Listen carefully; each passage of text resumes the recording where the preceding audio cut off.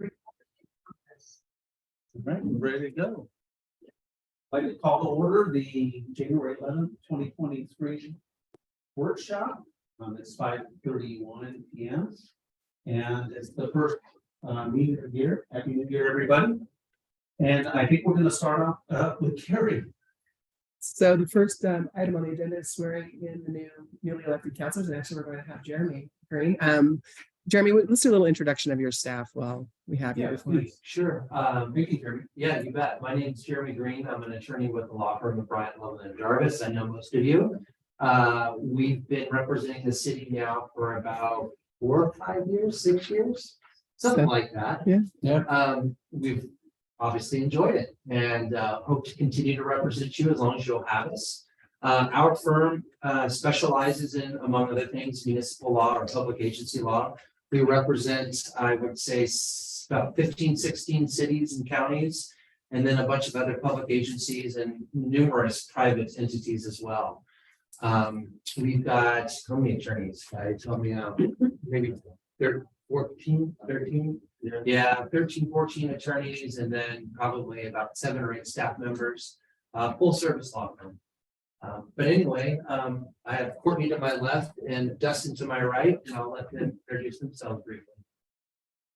Hi, so my name is Courtney, and I've been working for Jeremy at Bryant, Loveland and Jarvis for a little over a year now, primarily in the municipal department of our firm. I have greatly enjoyed my time there so far, so hope to continue as long as possible.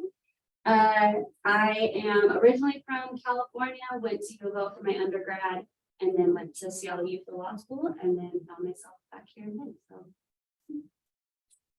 Dustin Hawkins. I also started working with Jeremy about a year ago. Previous to that, I practiced in Portland doing exclusively civil litigation for a handful of years. I moved here to Central Oregon and began developing municipal practice. It's been a lot of fun. All right, thank you very much for the introductions. You bet. How's it perceived then? So now Jeremy is going to oath of office, Yeah, so I'll go ahead and swear Michael, you and Susan in. and Gary Ross. Sorry, he was on that list as well. You as well? Apparently. Okay, Gary, I'll swear you in as well. I'm going to stand up, and if you all wouldn't mind standing up, that would be fantastic. And then if you wouldn't mind raising your right hand, it would be appreciated. I state your name. Yes, so you're going to repeat after me. I state your name. I, Michael Freeman, Gary Ross, Do solemnly swear do solemnly swear to uphold the Constitution and laws of the United States and the state of Oregon, to uphold the Constitution and laws of the United States and the state of Oregon, and the charter, ordinances, and rules of the city of Sisters, and the charter, ordinances, and rules of the city of Sisters, and to the best of my abilities, fully and faithfully, and to the best of my abilities, fully and faithfully, perform the duties of city councilor for the city of Sisters. perform the duties of city councilor for the city of Sisters. Thank you very much.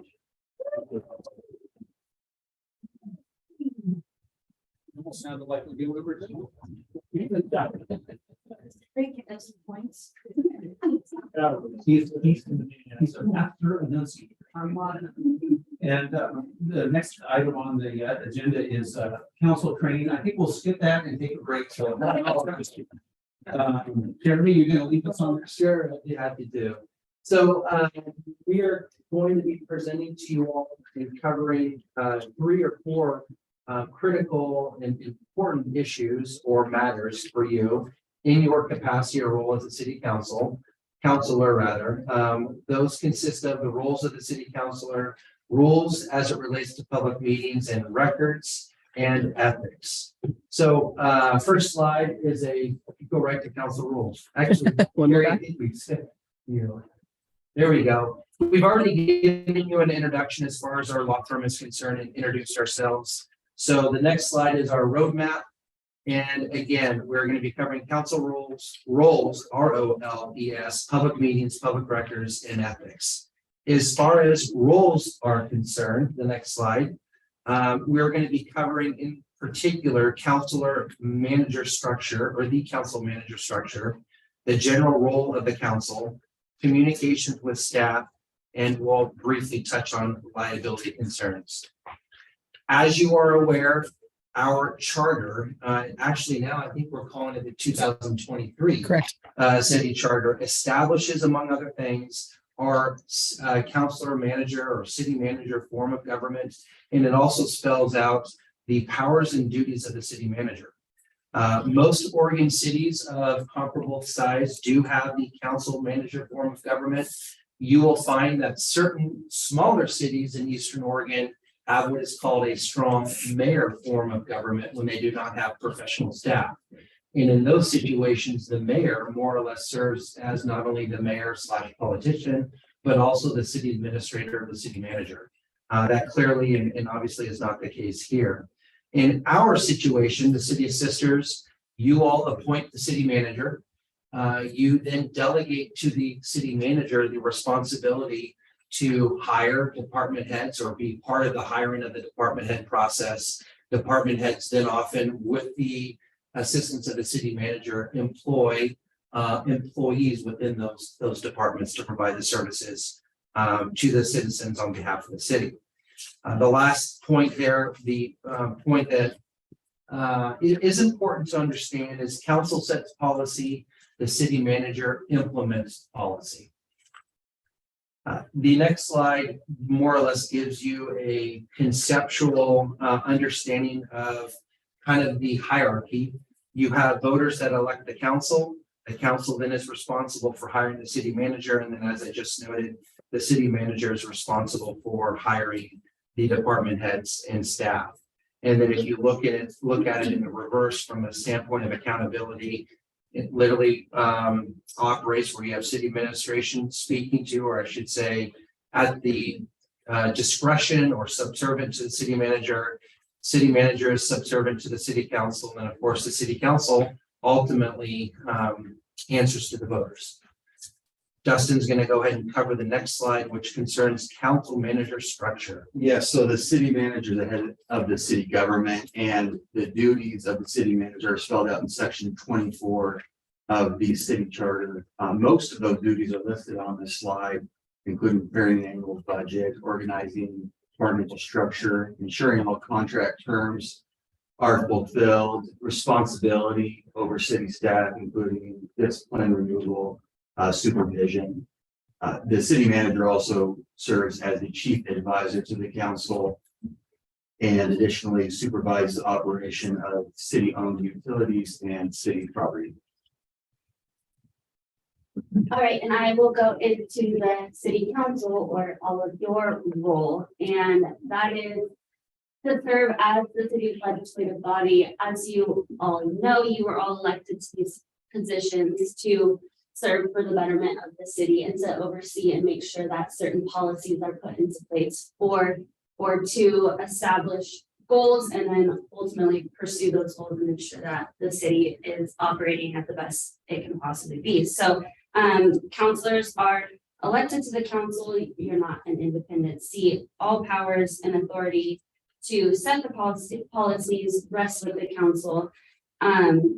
The council develops the policies that will direct the city's operations. And the last point there is just ultimately that you represent the interests of the city as a whole. No one single councilor's interests are above yours as a whole. Your authority as a councilor comes from the centralized authority of the council altogether.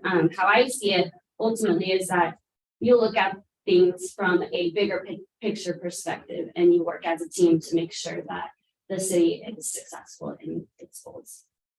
And the next slide. I'm going to talk just a little bit about your responsibilities, touched a little bit on this in the last slide as well, but among other things, your obligations are to maintain and participate in intergovernmental relations, maintain a balanced budget, review and make decisions on staff reports, presentation, resolutions, and ordinances that affect the overall community. As I was saying in the last slide, your goal is to operate in a way such that the city is successful in implementing and establishing policies. So the four main forms of decision-making that you will all have is through ordinances, resolutions, your quasi judicial authority, and motions. I'll go through each one of those briefly here. An ordinance, as I'm sure you are somewhat aware of, is the written and formal adoption of a city law. Ordinance are, as I said, more formal. There's certain procedural requirements that must take place for an ordinance to be adopted and implemented. The resolutions are similar, but much less formal, and they do not have to be written. And they're primarily about matters of temporary importance, whereas ordinances would be more permanent. Do you mind if I just chime in there on that one? So on ordinances are the way in which you all adopt legislation, local legislation. Or in the sense of, or in the case of a franchise agreement, where you would memorialize the city's legislation over a right of way. That's the driver as it relates to ordinances. Resolutions are informal. They're not legislation. Resolutions are more or less, for example, implementation of a policy. Maybe a resolution is used depending upon the underlying ordinance to effectuate a rate increase. It could be to memorialize a change of direction, a policy change of direction. But again, less procedural requirements. You could literally present a resolution depending upon the circumstances at the day of the meeting, whereas the ordinance, as you all know, has a posting process. And then the effectiveness of an ordinance, generally speaking, is delayed 30 days unless an emergency is declared. So there are clearly differences between the two. I'm sorry, Courtney. Go ahead. You want to cover motions? Yeah, so motions would be similar to a resolution, does not have to be written, but it's oftentimes a mechanism for bringing an ordinance or another decision to the council or introducing one. And then. Well, no, you're fine. Okay, so then the quasi judicial authority typically will come into play in certain land use or licensing or permitting decisions. And this primarily is, in a sense, you're acting in the role of what you would expect a judge to act. If you were to go into court and you would expect a judge to act impartially or fair, that is the same way that you are expected to act when you're in that sort of quasi judicial. That's correct. And 99% of the time, the quasi judicial action would be in the form of a land use decision or a land use action. Council communications with staff is my area. So it's interesting. We've done this, or at least I have done this presentation many times for many different cities. And it's somewhat interesting. I have city managers that often reach out to me in advance of the presentation and say, hey, Jeremy, really stress this part of your slide, please, because sometimes you have councils that like to micromanage the city manager and city administrator. I'm happy to report no such communications came from Barry or Joe. So I'll go over this relatively quickly. That's why the internet doesn't work. As it relates to, again, communications with staff, respect the separation. In my mind, if I'm a counselor, I want to ensure that I am really focused on 10,000, 5,000 foot level driven issues policy. And my expectation is that once you collectively establish that policy and the directive, then it's up to your staff and your management team to implement. If they don't implement, you hold them accountable. But I have found personally, and I'm sure you all would agree, you all have been on the council for quite some time and are familiar with city government. When you get too involved with the day-to-day operations at the city level, it's stifling. At a minimum, it creates issues for your staff, your management team, and potentially puts you in a very compromising position as well. Observe and respect the chain of command. By way of example, if you have an issue with, and I'm just throwing out examples, if you had an issue with your chief of police, I realize we don't have a PD, but if you did, the appropriate chain of command is usually to go and discuss the concern with the city manager and ask the city manager to resolve it, not go to the chief of police directly. Similarly, public works director or your community development director, you should adhere to that chain of command. And ultimately, if the issue is not resolved to your satisfaction, you hold the city manager accountable. Limit individual contact with staff members or department directors.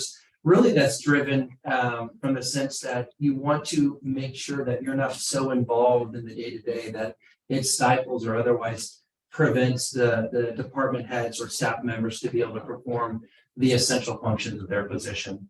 Avoid requesting that staff perform significant work without prior approval. I think that goes without saying. And avoid influencing personnel matters.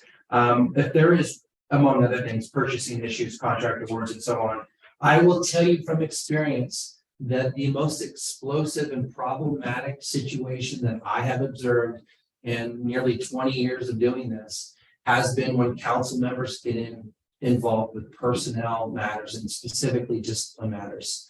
When a council member takes a side on a disciplinary issue and then interferes with that process, it's fraught with problems and potentially liability exposure for the city. Your counselor, or covering council liability. Counselor liability. So below are a list of some examples where a counselor may be personally liable. Those include budget law violations, government ethics violations, and we'll discuss that a little bit more further along in the presentation. Actions outside the official scope of your duties as a counselor, unauthorized expenditure of funds, malfeasance in office. One example might be asking for legal advice on a particular action, receiving that advice and then acting to the contrary. Public contracting violations, by and large, with some exceptions, by and large, particularly with larger projects, a request for competitive proposals or an invitation to bid is required. So not following those public contracting rules can lead to some liability. And then public meetings, law and records violations, which we'll also discuss a little bit more further on in the presentation. You mind if I chime in on that slide too? So again, speaking from experience, the areas that seem to arise most often would be the ethics violations, specifically in the more rural areas. When a counselor is involved with a decision, for example, to award a contract to a family member or to a business acquaintance, a business, frankly, that the council member has an ownership position in, that seems to come up quite often. In the public meeting law and public record law violations, more specifically or precisely the public meeting law violations, when counselors get together outside of a public meeting and begin to have what is called serial meetings or discuss city business, when that discussion should in fact happen in a public meeting. Jeremy, Yes. questions towards the end, would that be more appropriate? So you can keep it. Oh, but fire, please. So that's an, I mean, we kind of joked, Jennifer and I, because when the answer was on the city council, we all shared a cluster mailbox. And we always had to be careful when we walked over to get our mail, but we didn't have freedom of standing. And sometimes it happens, one of us would leave, just because of the whole. Sure. Now, but what about when other public entities ask taxing districts, but not just cities, but it could be school districts, park and recreation, anything that's a state taxing district, special districts, right? Say an elected official from another entity at the state level, the county level asks for letters of support for a particular piece of legislation being introduced. Okay.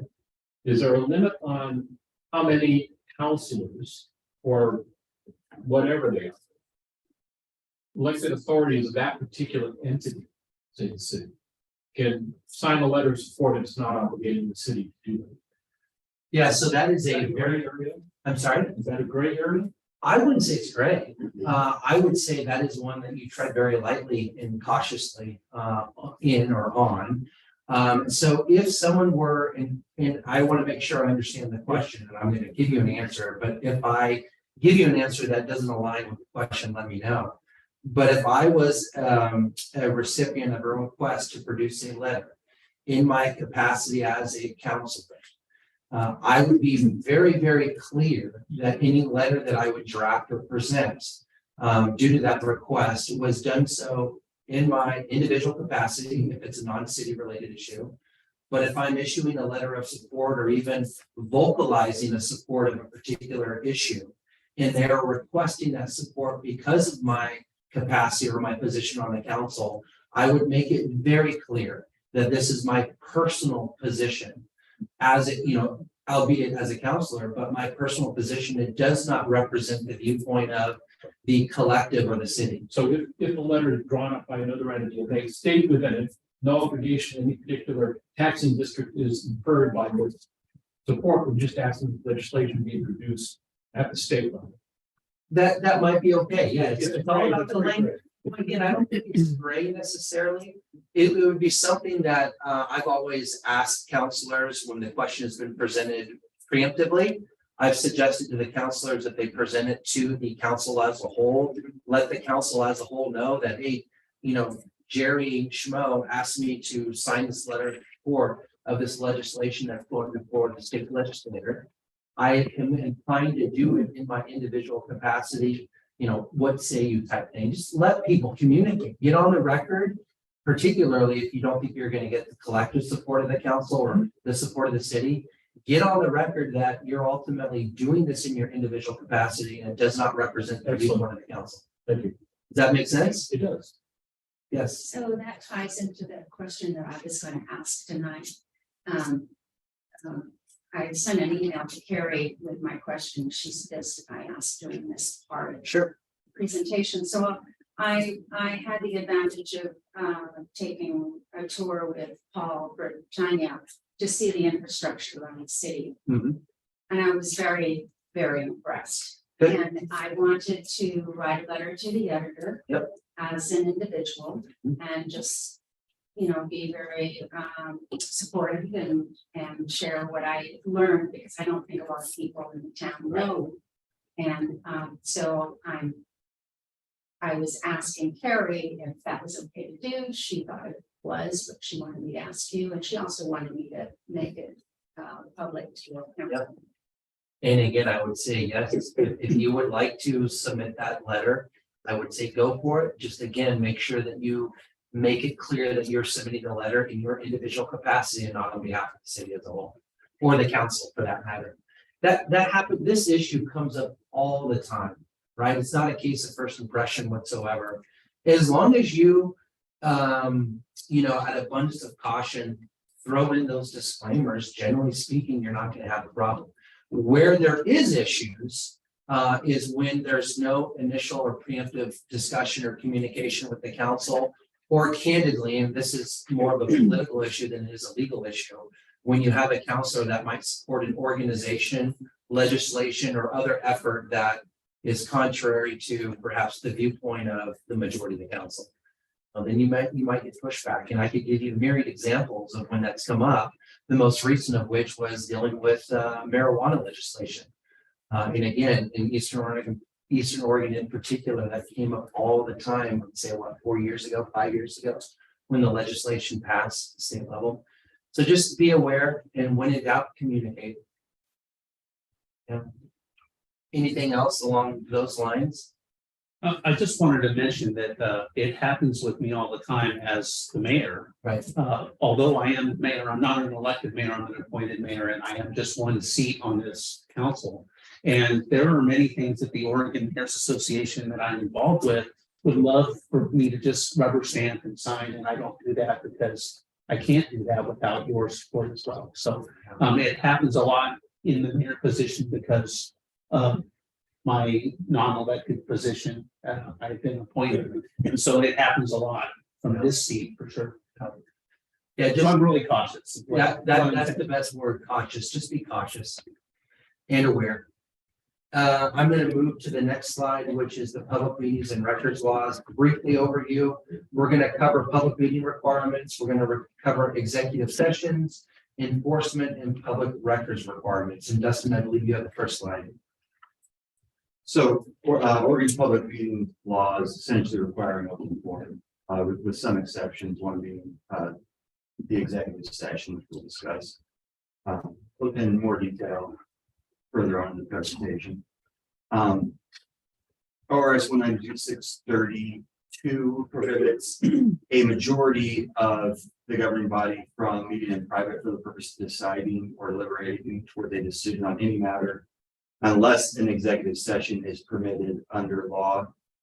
The law imposes certain notice and accessibility requirements, generally for a regular meeting, notices be reasonably calculated to provide adequate notice. Special meetings require 24-hour notice. And then there's an exception for in emergency situations, but nonetheless, the notice would need to be appropriate under the circumstances in an emergency situation.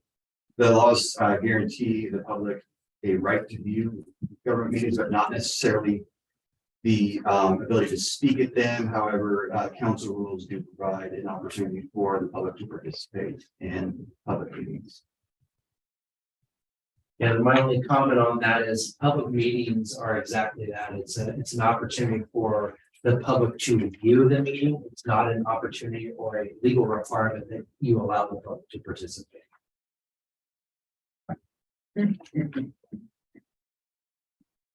It's the truth. And the reason for that, of course, is just to avoid what is the inefficiencies. You know, if anyone and everyone were to demand that they have the opportunity to participate and speak on every issue and challenge every issue, then your efficiencies will be compromised. But it's always at your discretion. Okay, and I will discuss a little bit more about serial meetings. I know Jeremy touched on it a little bit already. You guys already had a few questions about it. So this is where I would say we could run into some trouble in the sense of when we think of meeting, we think of same time, same place, all together, similar to what we're doing now. In this case, Handy versus Lane County, we actually have this term called serial meetings, which is series of communications, not necessarily all at the same time, not necessarily all in the same place, which among a form of a governing body decide or deliberate on an issue. And that is where, if it's not properly noticed, we run into trouble. So I'm going to give you kind of an example of this. If there's 5 of you guys, and so 3 would be a quorum. So let's say Susan, Jennifer, and Michael. You 3, Michael and Jennifer, ran into each other at the grocery store and start discussing a matter of city business and say, well, I'm kind of thinking this way. I think I want to do this, or I'm thinking this is best, or whatever it is. And then later, Michael runs into Susan out on the town and starts talking to Susan about it. And then Susan goes back to Jennifer and talks about what Michael brought to Susan and whatnot. Well, then you have now engaged in a serial meeting. If you haven't publicly published that meeting, there's an issue there. So we would always just recommend that you refrain from discussing any city business with fellow counselors unless it is done so in a public meeting. And this can be even more of an issue nowadays with modern technology, with social media, texting, email, any sort of communication is where it can be.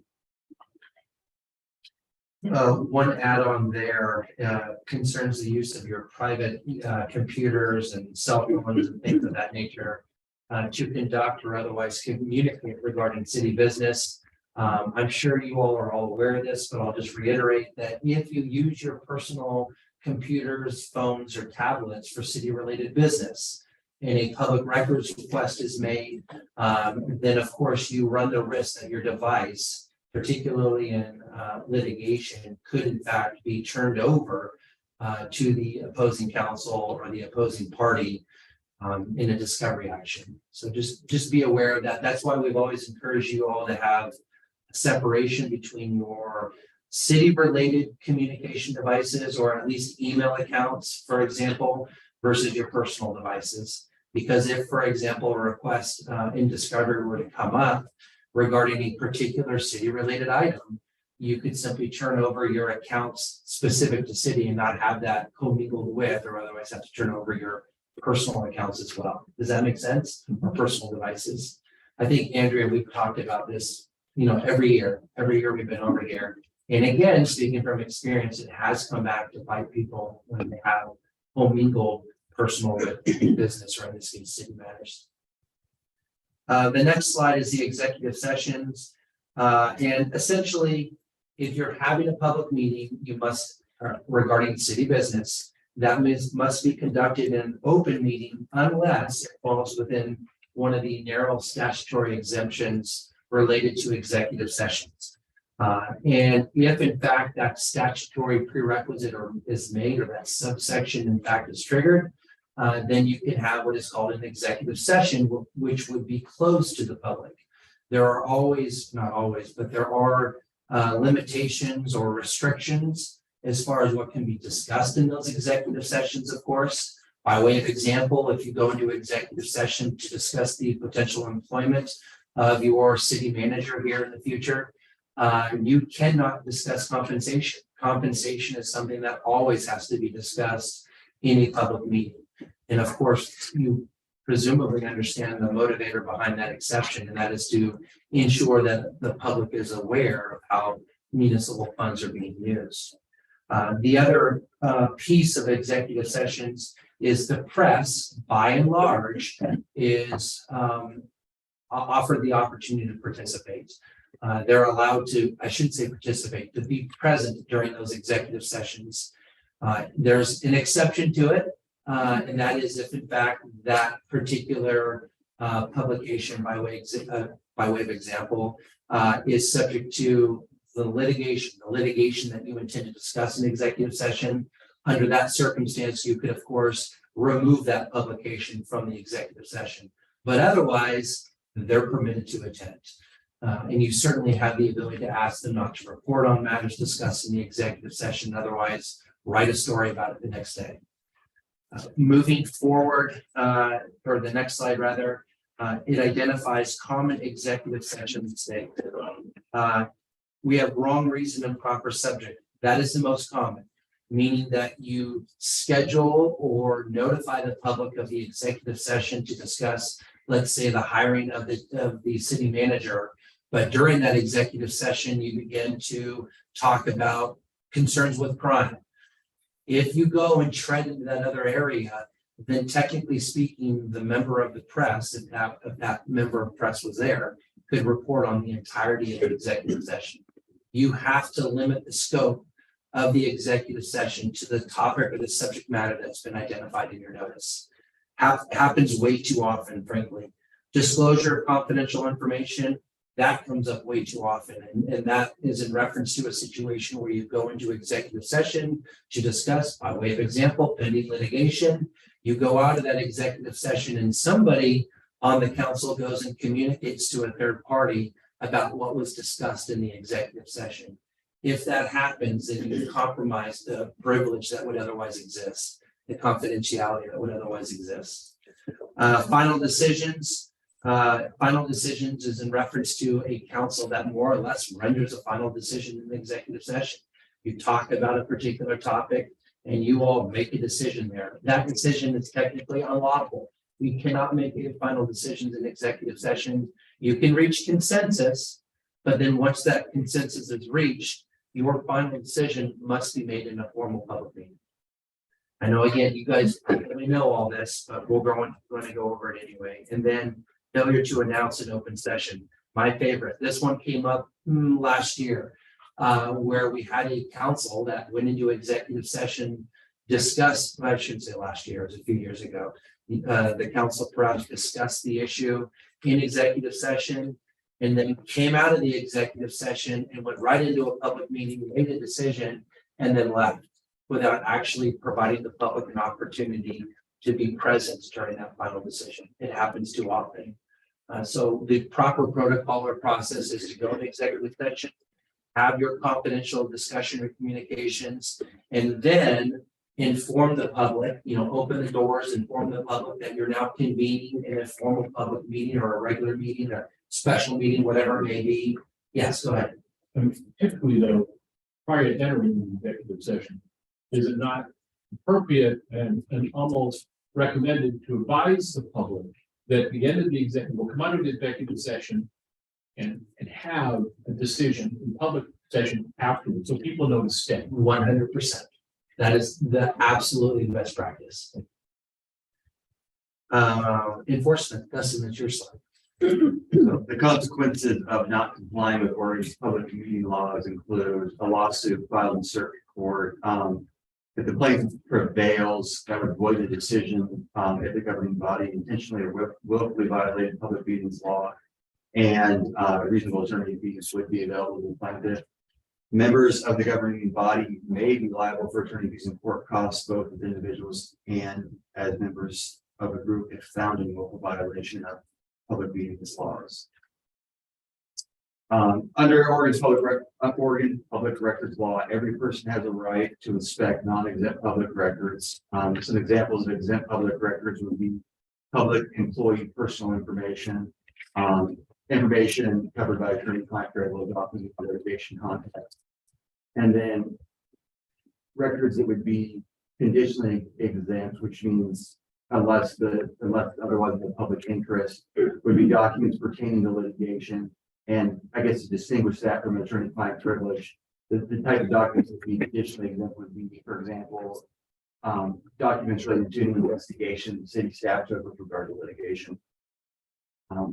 Real estate appraisal prior to acquisition, civil rights investigations, any ongoing audits involving the public body. And for a definition of a public record, it's any document that contains information relating to the public's business that's prepared or owned, used, or retained by the government. It could be in any form, email, photographs, text messages. An example that came up in a recent case, there was a counselor out of Westland who had taken notes at meetings with constituents, and they were on a public or a private notepad. Notes were taken at meetings with constituents. The notepad was left in her home, and actually 19-year-old kid had requested the records. She took the position that she's not a public body and that she was required to provide the records. Case ended up going to the Court of Appeals. The court said, yes, counselors are a public body and those records related to public business and those records needed to be disclosed. One thing that seems to come up a little bit more are text messages. Certainly text messages relating to the public's business would be a public record. There are some exceptions. If you're just saying, hey, I'll be there for a meeting at 3 o'clock, that might not be a public record, but anytime you're talking about the public's business in a text message, that very well could be a public record, or would be. Does that surprise you all that your notes during the meetings are public records? No? Okay. And public records requests, there should be a standard form. Generally, there should be a person or department responsible for processing public records requests. Otherwise, they can get lost in the shuffle when processing public records requests isn't a primary part of the city staff's job. And as I mentioned before, Oregon law provides exemptions from disclosure. And I went over those previously. The prior slide. Courtney, where are we moving to that? Right, so ethics, just a quick overview, we're gonna go into some common conflicts of interest that you'll run into, the use of your official position to obtain financial gain. And we're also gonna touch on the statement of economic interest. So I'll give a little introduction to the conflicts of interest slide here. So obviously Oregon law recognizes that when relying on citizen lawmakers, conflicts of interest are inevitable. With that, where you'll see most common situations of where conflict of interest may arise is in the approval of bills in the consent agenda, awards of public contracts with relatives or associated businesses, and approval of land use permits. Among other things, I know Jeremy already kind of a little bit touched on conflicts of interest, but if we can even go into more detail. Sure, the differences between a potential conflict and an actual conflict. So the conflict of interest laws are purely driven by financial considerations. The definition of potential conflict of interest is essentially a situation where a counselor may financially benefit from a transaction, whereas in an actual conflict of interest situation, the counselor will financially benefit from a particular transaction or decision. And I want to be clear that the financial benefit is not necessarily putting more money in a counselor's pocket. It could be avoiding a loss of funds as well. So any type of perceived financial benefit, or I should say, yeah, any type of financial benefit or avoidance of a loss could in fact trigger the conflict analysis. The requirements when faced with a conflict of interest, if it's a potential conflict of interest, you simply must disclose the potential conflict of interest in a public meeting. And I'm of the opinion, as I'm sure you all will agree, that more disclosure is always better. And so we encourage counselors that before we're reviewing or considering a contract, before any discussion on that contract, you disclose a conflict of interest. You don't wait till after the discussion has occurred. If there's an actual conflict of interest, let me backtrack here. On a potential conflict, once the disclosure has been made, assuming it's adequate, that counselor can actually participate in not only the discussion or the deliberation, but also in the final action or decision.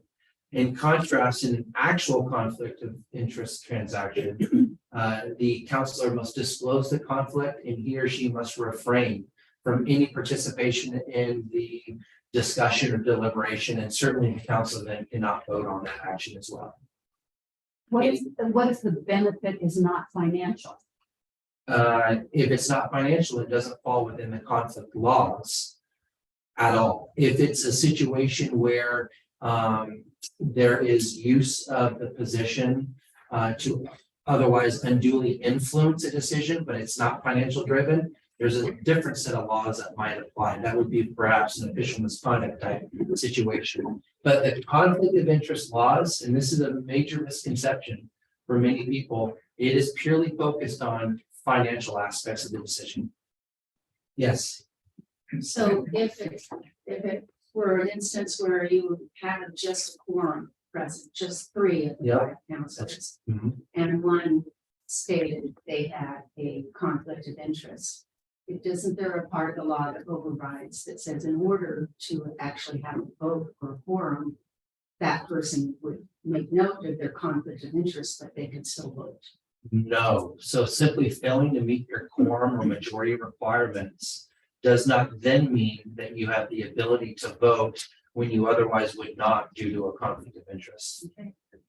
So, and usually charters, and I don't have your charter in front of me, but some charters are written in such a way where if you have 3 of 5, you have a quorum, and then it's a majority of the quorum that can take action. So theoretically, like in Madras, for example, Madras is a 7-person council.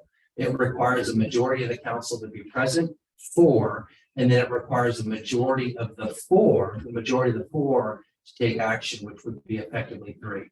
So as long as 3 councilors in that circumstance could legally vote, they could take action.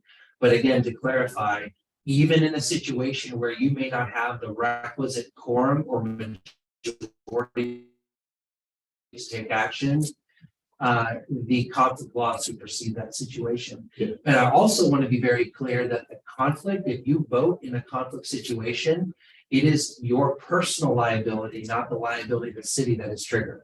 And so that is something that, again, this isn't splitting hairs, it's something that you all need to understand as your role as counselors. A lot of these laws, the failure to adhere or the breaking of the laws exposes you as individuals to the liability, not necessarily the city.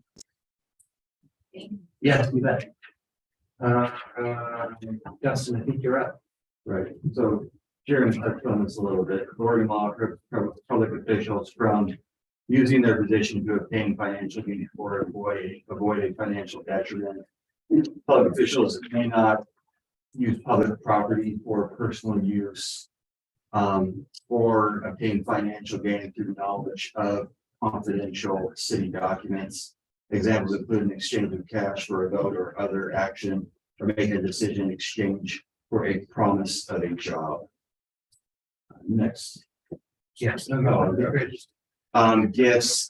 This isn't just receiving something for free. This could also include a special discount. A gift isn't, in order to be a gift, the opportunity for the gift has to be one that's not available to members of the general public under the same terms and conditions as those offered to the public official. There is somewhat of an exception insofar as public officials, their relatives, household members can receive gifts that are under $50 for a single source. There are also certain exemptions that include expenses paid by a government entity for participating in the convention, a tax binding trip, speaking at an engagement, or a panel discussion. Right, and the SEI filing is the Oregon law requires certain elected officials file a statement of economic interest.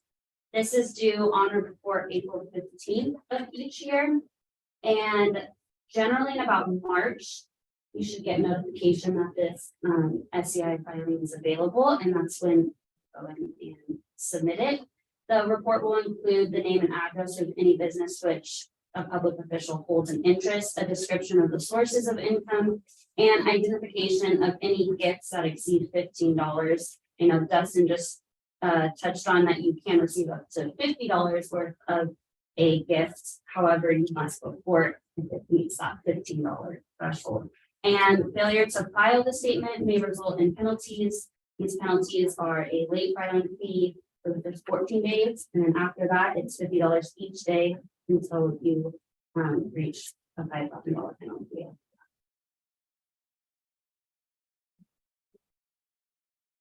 That is it. Any questions for us? Anybody have any questions? Let me think. We can play stump the attorneys.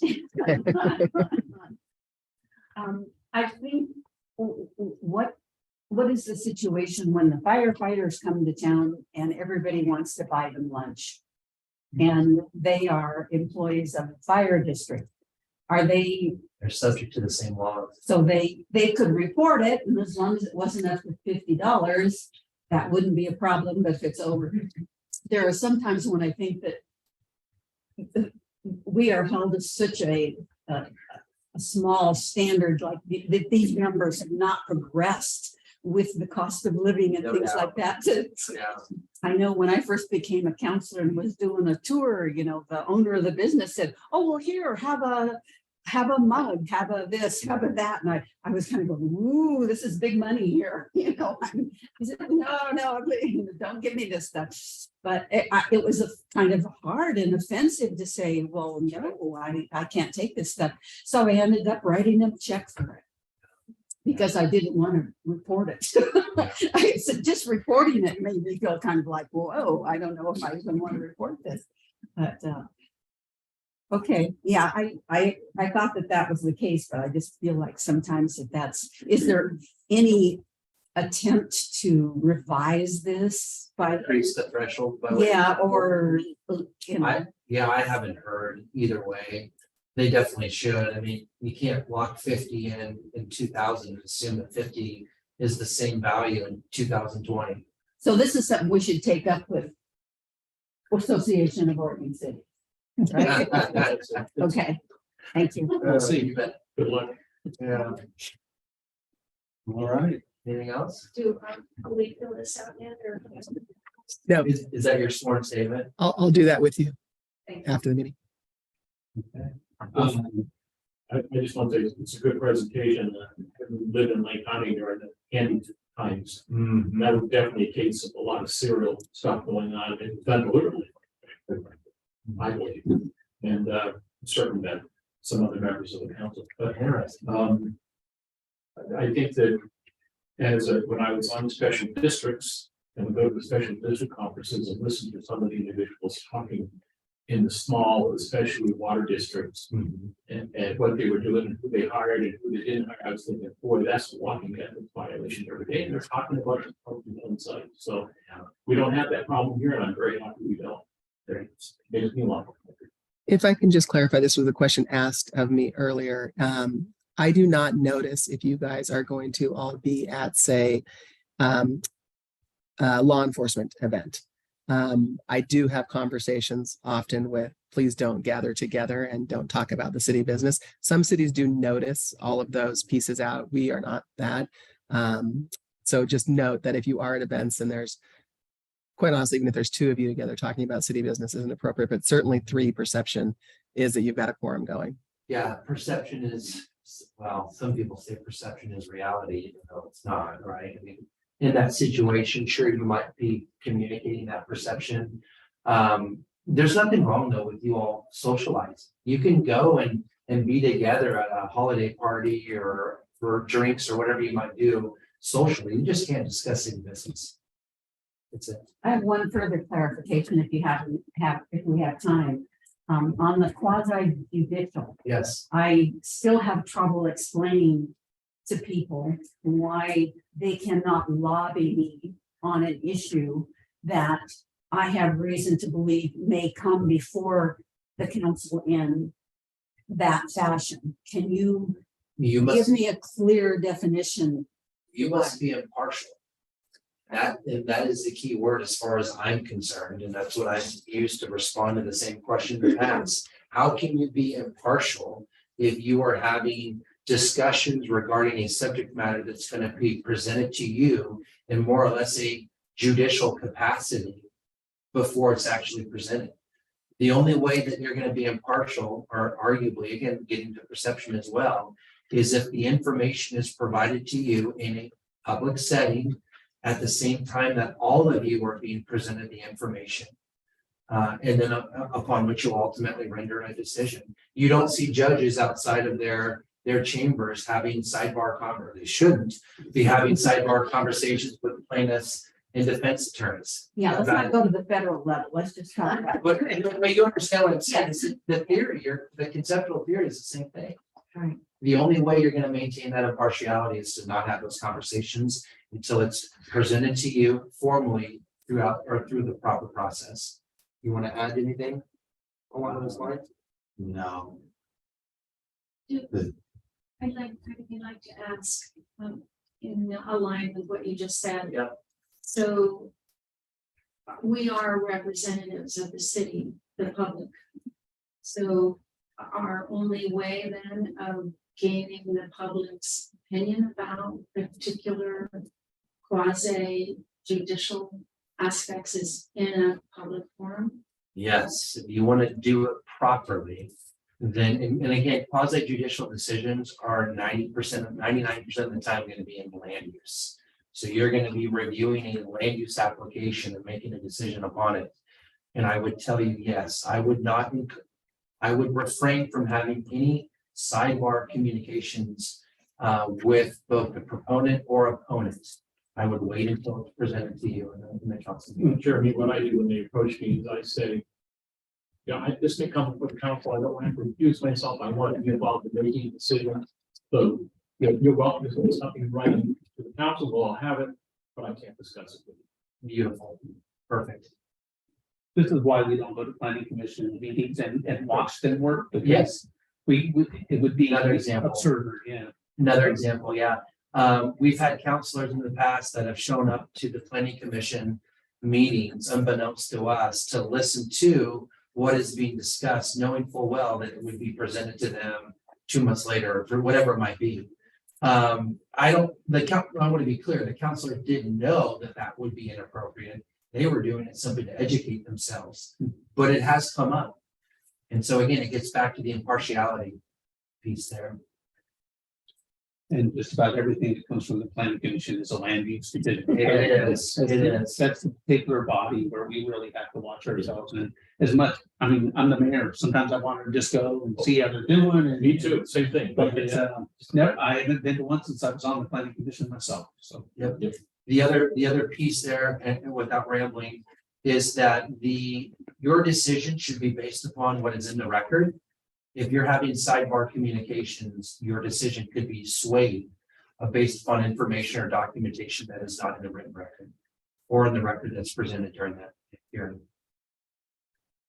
All right, very informative. Thank you very much. Thank you so much. Wonderful summary. Thank you so much. You bet. Our pleasure. Thank you so much for allowing us this opportunity and Let's do it again in a couple of years. Huh? have a wonderful evening. Thank you. And that's going to take a 5-minute break before our scheduled city council meeting. Good start. A word. Okay.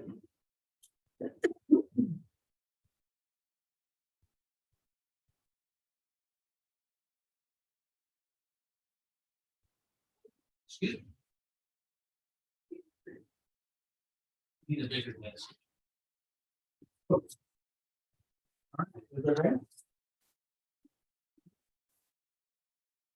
We will call to order our 6:30 PM city council regular meeting. It's Wednesday, January 11th, 2023.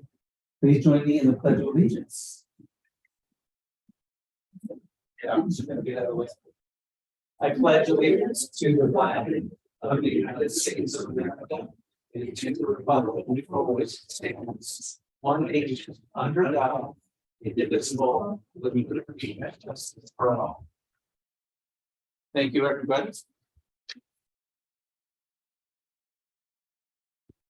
All right, next item is the approval of the agenda. I'd like to entertain a motion.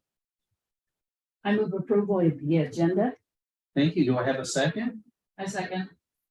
All those in favor, please say aye. Um, I saw 5. Next up is the election of the mayor. I would very importantly like to select a mayor for the coming 2 years, and that would be our existing and primo mayor, Michael Freed, who's done an excellent job.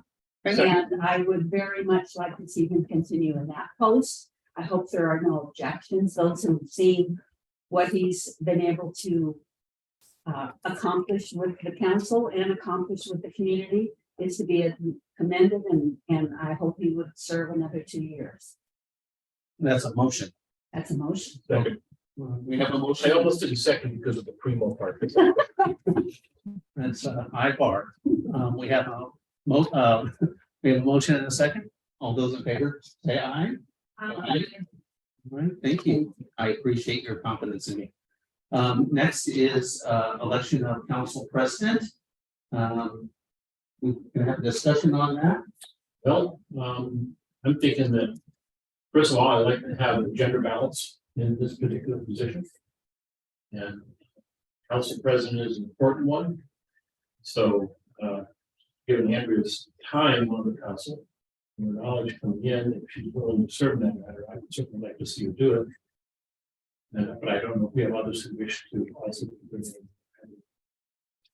I would like to add a discussion, have her as council president as well. I agree. If someone could throw a motion out there, I can't do that. I will make the motion to appoint council as the council president for the next 2 years. Do we have a second? A second. Thank you. We have a motion and a second. All those in favor, please say aye. Aye. Aye. But you have to get the pronunciation. Well, unlike. Oh, you know, I'm from Maine, how that goes. With the oath that was used and the use was alive. That's a good reminder to please turn off cell phone. Thank you. And I do that. All right, we're on to visitor communications. So first up is Scott Humbert from Explorer Sisters. I'll have you come up here, Scott, to the microphone. Thank you. Sorry, we had an earlier one.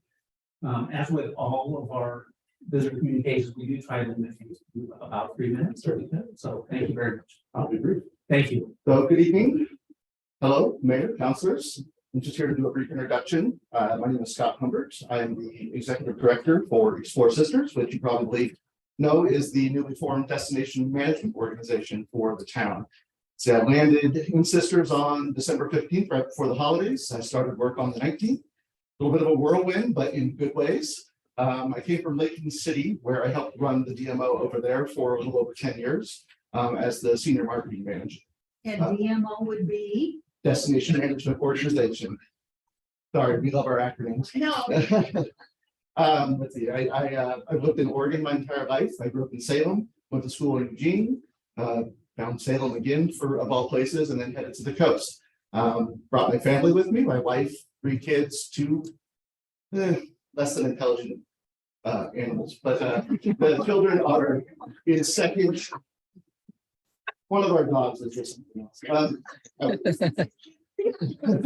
Our kids are in 2nd, 6th, and 8th grade, all in the sister school district.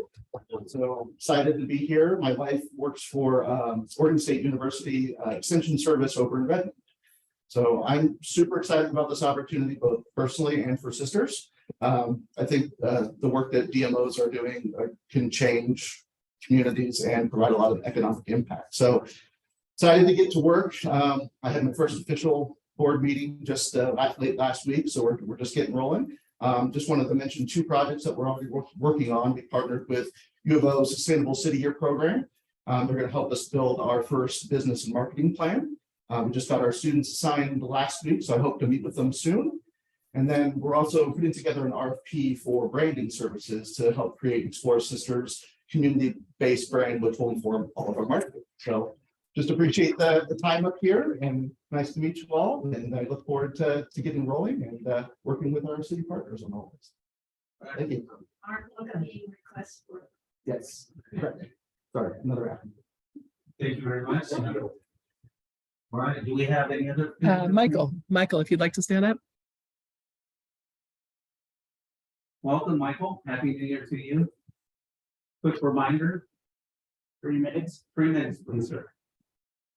Thank you. Happy New Year's. That's an interesting comment.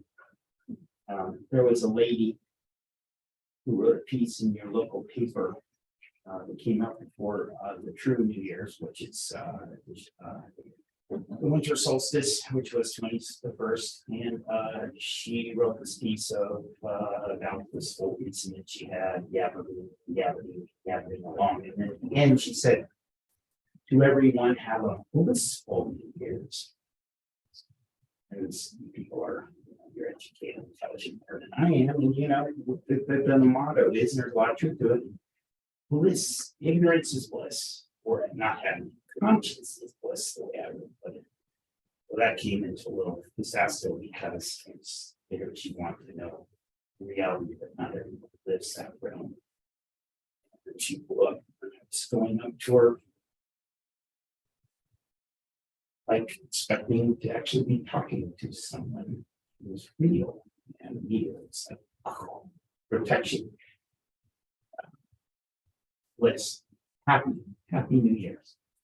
You should go into every new year, not with happiness or bliss, but knowing it's a serious time in the world.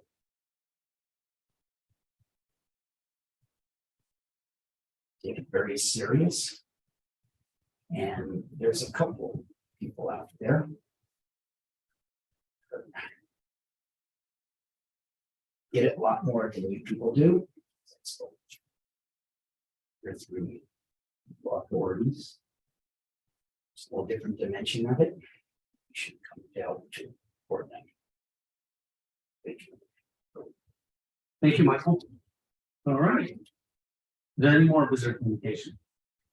There is not. All right, next item up is the consent agenda. I would move approval of the consent agenda. Point one. Could I ask for the removal of the minutes from November 30th, so that we can read a consent agenda for further discussion? I think we can do that. No, so I would move the consent agenda with the exclusion of the November 30th minutes. Second. We have a motion and a second. All those in favor, please say aye. Aye. Good job, everybody. On to council business. Here we go. So Michael, if we could pop that into place right now, the discussion of those minutes, that way we can move that through. Sure. What is, go ahead, your point of order. I'm sorry that I didn't bring it right up. I just doesn't happen very often. So. No, it's okay. So in the minutes, on page 5, it says my statement, and it reads, Susan Cobb would like to look at various large lots in town that have dilapidated homes on them to be purchased by the city for rehabilitation for more housing. So I went back and listened to the video to make sure that what I said, what I thought I said was there, and it was. So I wanted a modification, which I did send to Carrie. And basically, I hope I come here, yeah. So what I was suggesting it be changed to, I asked the city, and not for a reply, in order to increase housing density, that they might look at the large properties in town having 2 or 3 lots with a dilapidated house or trailer on them and offer an exchange, the city would maybe with Habitat for Humanity improve the home or trailer in exchange for a portion of the property. And then that would help with the increase in. I have a question. Is that what you subdivided? Yeah, Okay. yeah, I summarized it. I was lengthier on the bit. Okay, and how do we approve those minutes with that change? Can we just do that So, now? yep, so you would, if you would like, if the council would like that change, then you would approve the November 30th minutes as amended. Do we have a motion on that, or does somebody do it? Does anybody need more time to think about that change in vernacular? Can I ask, did Carrie review it and does that seem I to did. be a fair interpretation? Yeah, it's a fair interpretation. Okay, Correct. with, given that, I would move approval of the November 30th minutes with the amendment as read by Councilor Cobb. Second. All right, we have a motion and a second. All those in favor, say aye. Aye. Great. Carrie, before I move on, just to, changing of minutes. In the future, do we, just to be more efficient, is it better to just try and get that done ahead of time, or does that always have to be? No. Once they come out to you in the packet that needs to go through the meeting, unless it's kind of a clerical, like a word misplaced or misspelled, grammatical. Okay, Yes, they do have to come through the minutes. And just as a note, the minutes are not verbatim, and the minutes are more a review of what was said. So you will find that in a lot of cases, as you know. yeah, There's I mean, if they're way off the mark, I get it. If they're yeah, just a little Absolutely. bit, Yeah. Okay. Sounds good. Just wanted to make sure, we all knew what was going on. Okay, on the council business now. Mhm. We're gonna have a discussion on resolution 2023-01, Felicity Lane reimbursement district. And Jackson. Welcome to council chambers with the council sitting in front of you. We'll try and go easy on, okay. So, would you like me to pull up the maps on this? Hi, my name is Jackson Dugan, project coordinator with the city's public works department. Yeah, do we need, hold on a second, I'm gonna make sure. Yeah. I need to open the public hearing, right on that. All right, I'm gonna open up the public hearing on this issue. And now we're getting to the staff report. Thank you, sorry about that, my mistake. I'll give a brief summary. 3WIN partners applied for the creation of a reimbursement district relating to these public improvements that were constructed on Felicity Lane. The applicant funded the construction of those improvements and applied for the reimbursement district in order to recoup a portion of those funds from benefiting property owners.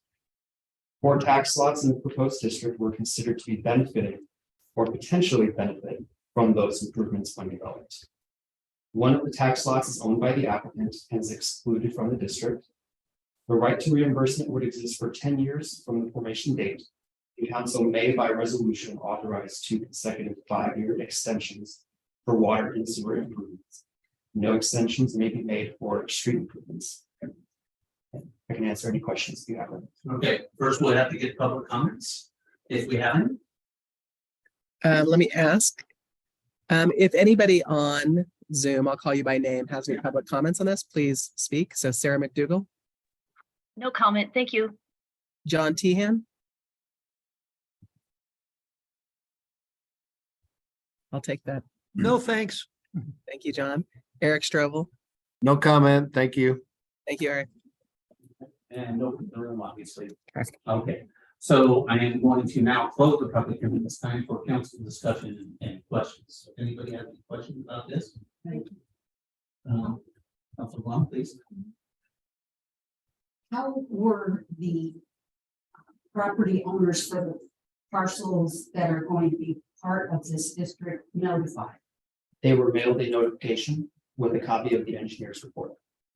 And we received no rebuttal or response or recognition that they, In the notice, it was stated that if they wanted to make comments, please submit it to me by email, and I have not received anything. so is this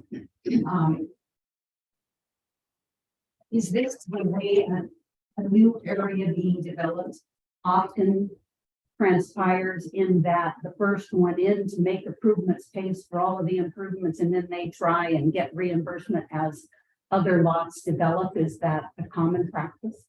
I do not know. Okay. Thank you, Paul. I'm sorry. I did talk to, I found I had more questions. It's a common practice in the industry, just we haven't dealt with it a lot out here. Okay, it's kind of new to us. Yep. Okay, so as far as we can tell, they are satisfied with this proposal. Thank you. I have a question about the contract. Or the agreement. It's the item 5, applicant's guarantee. So the developer warrants and guarantees reimbursement of district improvements for 1 year. And I'm wondering why that would not be 10 years since road, there could be problems with the road, there could be problems with the electrical. Is that another standard to have it as 1 year? I can take this. Yeah, that's a standard that everyone uses, a 1 year warranty period. It's also stated in our code. There's a 1 year warranty period requirement as well as in our public works standards. Welcome. And then the degradation of the improvements you're talking about are also provided. That's why the amortization of that improvement goes down for time, right? So that also kind of accounts for what you're speaking of. And are these things that at that point, after that year, the city then owns? Or are these separate from city infrastructure? No, we own the improvements Yeah, currently, okay. but the warranty period is 1 year from the date of acceptance, which was back in September. Great question. Here, you have anything? No, I don't either. So if there's no more questions, we can entertain a motion. Thank you, Daphne. Thank you. I move to approve and adopt resolution 2023-01. I second. Give a motion in a second. Is there any final question at all? It's an unusual thing, but I think I get it. And honestly, all of the staff that we've spoken to, now that's Paul, Jackson, Carrie, and Joe, about this, I feel really comfortable doing it. And I was hoping the applicant would turn up so I could quiz them. all right. So is this a roll call vote on this? No. So we have a motion in a second. So all those in favor, please say aye. Aye. 5 people, so that's good. So fast. Second council business is item B, professional services agreement for code compliance hearing services. And it's Scott. Let me open up. Oh, no, this is not a public hearing, so my bad. Go ahead. Thank you. Let's take up. You man, I'm sorry. Yeah, we could have trained this one. Great. Lap was pretty good. Go ahead, Scott. Sure. So this is consideration to approve a contract for Cable Houston LLP to provide code compliance hearing services according to section 2.50.290 of the Sisters Municipal Code.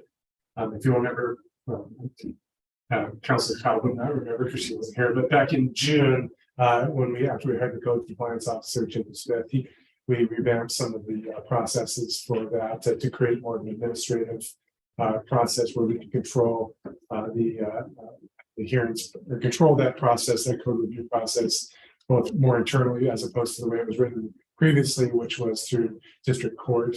There's some inefficiencies there that we that we did not like, so we converted it into an administrative process. And in order to be able to address protests, not protests, but situations where they contest the citation. It tells us a little bit out of my wheelhouse. I should have had Jacob do this. That you have a hearings officer be able to oversee that process and be able to hear the evidence of why that particular individual might not or thinks that it's not a violation. So we did a search, took us a while to find somebody that would actually do the services. Nobody locally would, was interested. We put out an advertisement in the Colorado or Oregon Bar. I'm having a night tonight. Oregon Bar to see if there was any interest. We advertised this as something we needed. Didn't hear anything back. We're kind of in a bad spot. We finally heard that the county was using somebody to do their own call hearing services. And so we called the same firm up, and they were expressed interest and are willing to do this on an on-call service basis. They're basically whenever we need them, and we don't know how often we'll need them, but their duties would be to officiate a public hearing, coordinate and work with city staff, review evidence and legal arguments, rule on motions and procedural matters, and prepare written findings and decisions for us. And so they would just bill on an hourly basis for those services. We feel it'll be more responsive to any situation locally that we can control that more in-house than relying on the judge from the district court. It takes longer. We're kind of at their mercy to know when they're going to make decisions. So this will be more efficient for everybody, we believe. Okay. Just time for council discussion and questions. Anybody have any questions? Yes, so I was wondering if the city would not want to require the hearings officer minimally to make at least 3 calls and not 3 calls, 3 notices sent minimally, and then at least 1 attempt to call or visit the person in person, because somebody could be out of town for a couple of weeks or whatever, and non-response doesn't necessarily mean non-compliance. So I'm just wondering if the city would be interested in at least having a minimum requirement to the hearings officer of how many attempts they make. So are you, Councilor Cobb, are you citing a specific part of the agreement that is generating that question? It's not in the agreement, it's in the introduction on the first page. I was reading and it was talking about how the officer will make several contacts or many, I'm not really quite sure where it was used.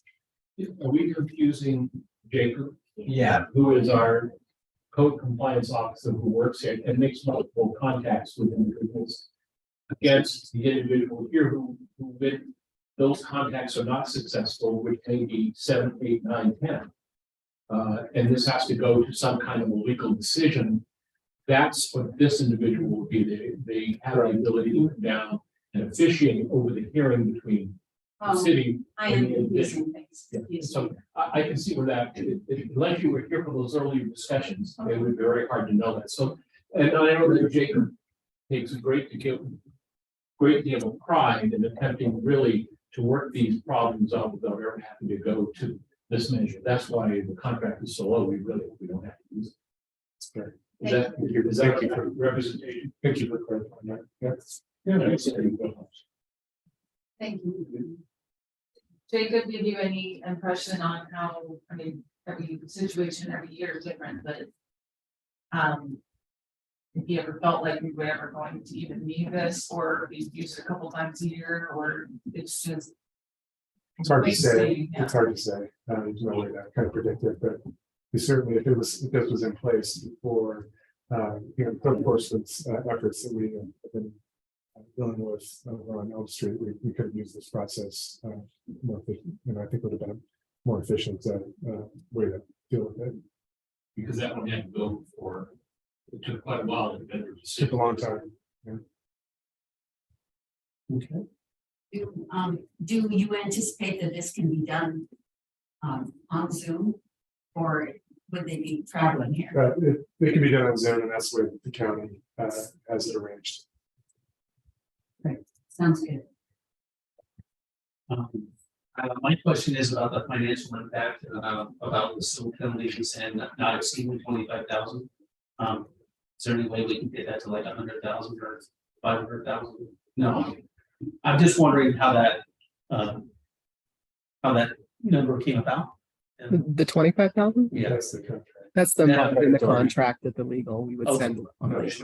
We had. It's not fine. I got you. My bad. Right. It would be Yeah, council you're- action versus city manager action. Thank you very much. It's so low, or, you know, when we find year after year, it's not used. Yeah, I mean, it's a not to exceed. So It's enough to see. So Yeah. if we don't So use it that- as a zero expenditure. okay. Thank you very much. Appreciate it. Is there any other questions? We all have one, so there you go. Okay, thank you for that.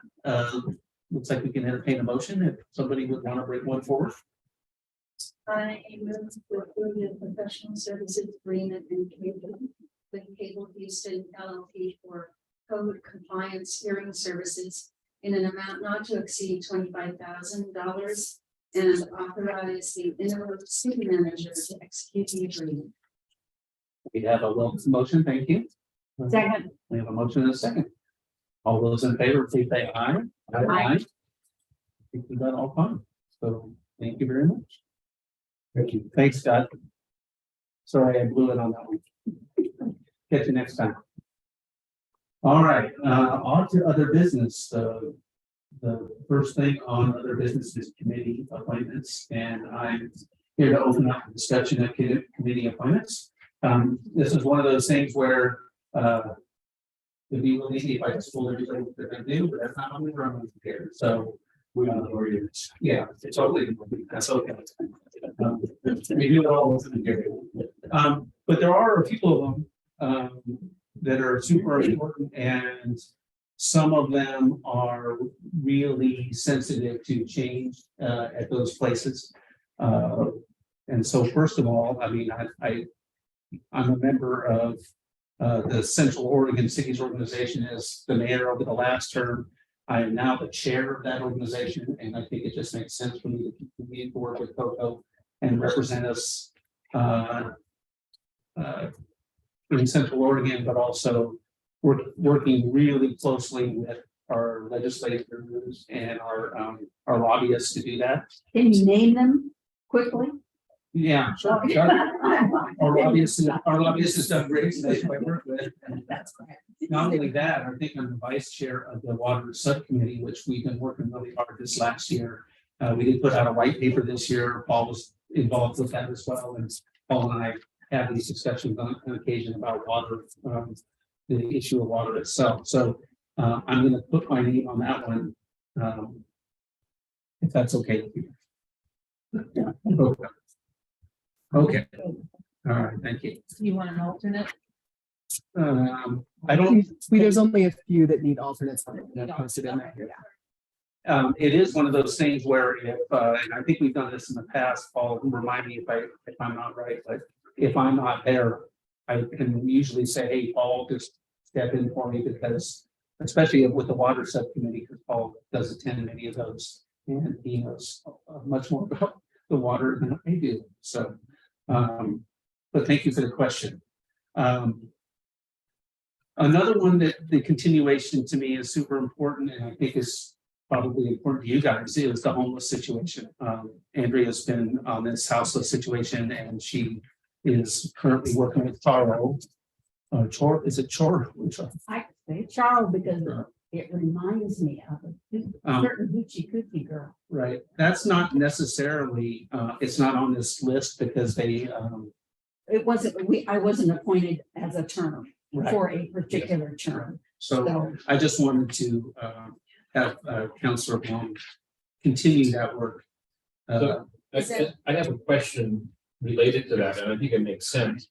There's also the regional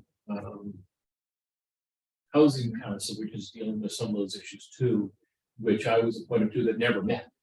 But they have said they're going to meet this year. So I guess the question becomes, is it better for us to have one individual represent both of those committees so that we don't cross talk? I don't know. I'm asking the group. And if so, It's under COIC. yeah. Do you have the ability to do that with your workspace? It would it depends on if they're gonna meet like quarterly or something. I have no idea. So I can tell you why they never met. They started in September, they never found a meeting date that everybody could agree to or enough could agree to. They have. So actually, I'm not overly. okay, yeah, It is- let's assume that maybe I will. So they actually did send out a letter and they are meeting quarterly, I believe. So it would be a quarterly. As long as it's not a conflict with something I've already got going, that's And probably. I'm not, fine. I'm happy to do it, but it seems to me we ought to have one individual. And I will, if something, As if important it's a as it is. problem, I will give you a Please call do. and see. how that No, I'm works. serious, yeah. Right, That's fine. I mean, we do want to represent these meetings well. We're not all integrated, so let's put it that way. and while we're talking about me, I would put in a pitch that I continue to be on the Transportation and Public Works Committee, primarily because those kinds of issues, like the roundabout and the various projects that come to the Public Works Committee, take years and years. And I have the years and years of background, so I am able to pick up where they are and proceed with them. Not that somebody else couldn't get up to speed, but that would be my preference. So that would be COAC and the Public Works Advisory Committee. But I certainly, somebody else can certainly pick it up. So you're talking about number 2 coax and then also the PWAM. Yes, That's that gives you 3. 4 HR. That's 3 with Charles. And with I'm only gonna give a half To to Charles. the COIC thing. Yeah. Because it's only gonna be quarterly and we don't Okay. even know what it's doing. So that's 3.5. Okay. So PWAM. Which, Sure. so on the other section 11, are you gonna be meeting housing for all where we're going to, so we don't do that? Those are not Those aren't- appointed to the council. Those are staff positions. They're just on there. So there's an understanding of where we're meeting and how we're meeting. The ones that are appointed tonight are on the guidelines and motions. That I sent out. Does anybody have any objection with what Andrea's talking about? He still got her dance card. She's not going to take it. I won't allow Well, it. and Andrew, if you want to put me on the COAC and as back of what I was last year, I'm happy to do Okay. that, left turn, and then if you find that it's more than you're comfortable with, let me know. We guys can switch it out. We switch it up, we flip flop it, but because I travel a lot, it's best if we do it that way, the way it's currently. But I also want to be cognizant of what you're taking on. I want to talk with Jennifer about what she wants. I honestly think that I'm on 4 of the time. I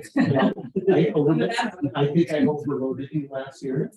And I'm more than willing to compromise and have you only have 2. And I want to know what you're interested in. First of all, Regional Solutions has, and maybe Carrie knows more than I do, but that has fizzled. The woman who was the, Central Oregon representative took another position with another agency, and kind of handed off her group to somebody running another region, and nothing ever convened after that. This was, I don't know, maybe 6 or 8 months ago.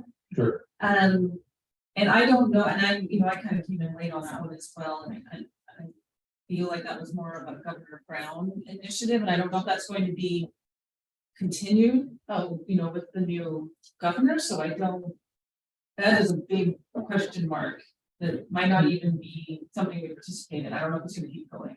I haven't heard that it has ended. It would be nice to appoint and then have that person in place and I can reach out and try to find some information on it. Okay.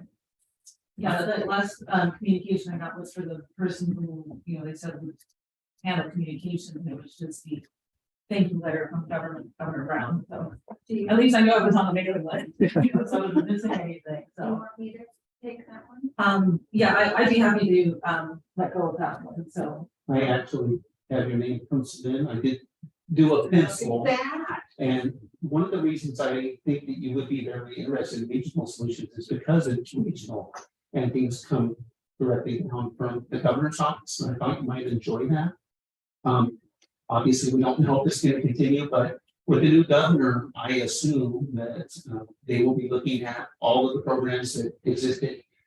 I'm going to guess that it will come back, but I can't say that. Yeah. All will pencil, will be in ink and And I went to one of those. And it had a good basis in theory. Because it allowed all the various little local government groups and counties and whatever. To get together with some citizens and kind of come up with the big issues in the entire region. That everybody could kind of get behind. And then there was a governor's office person there who said, what can the state do? What can the government? Who to make the contacts for, well, I know about this program, and I can make the connections that we often don't know about. So it had serious potential, but I just don't know, like I said, it's funny. add to that. I did it 4 years ago as my first term, and you've done it your first term. And it's a great way to get introductions to people from all over. Who the players are. Yeah, so I highly recommend it for you. Thank you. Hopefully it'll actually happen. So there you go, one down, how many more you want to? All right, I'm okay with handing off the urban forestry board if somebody else has an interest in it. I'm also okay with, I'll just do the quick interview here, then we can fight over everything. I'm also okay, letting go of COIC. I'd like to stay on EDCO. I think Eric and I have a good working relationship. Eric's muted, so I'm gonna assume that means yes. You just jumped off, just. Sorry. And, I agree.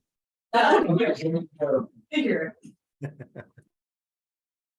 And, but I would like to be on the board for the DMO. Based on my background, I've had a lot of tourism, visitor facing positions, my sustainability background as well, because that's a big part of the mission as well. So I think I have a lot to add to a very young organization that needs a little bit of extra help. So that is what I had in pencil on my page. Which one is the DMO? The Explorer System. Designated Management Organization. That's why I am. Well, I had myself penciled in that one. And the reason is I've been on council for 4 years. Your credentials are, I can't even argue with that. That's not the thing. But I have a feeling that with Scott just kicking off, having the mayor on that board, I think adds a lot of credibility to it. And I'm not saying that you have less credibility or anything, but I think to a certain extent symbolically, but knowing a lot of those players, I was hoping to be on that board myself. But I definitely wanted to have this discussion because I thought you might say that. I think that I don't know how we Do we clear the chairs and send you both down there? No, no, because she'll beat me.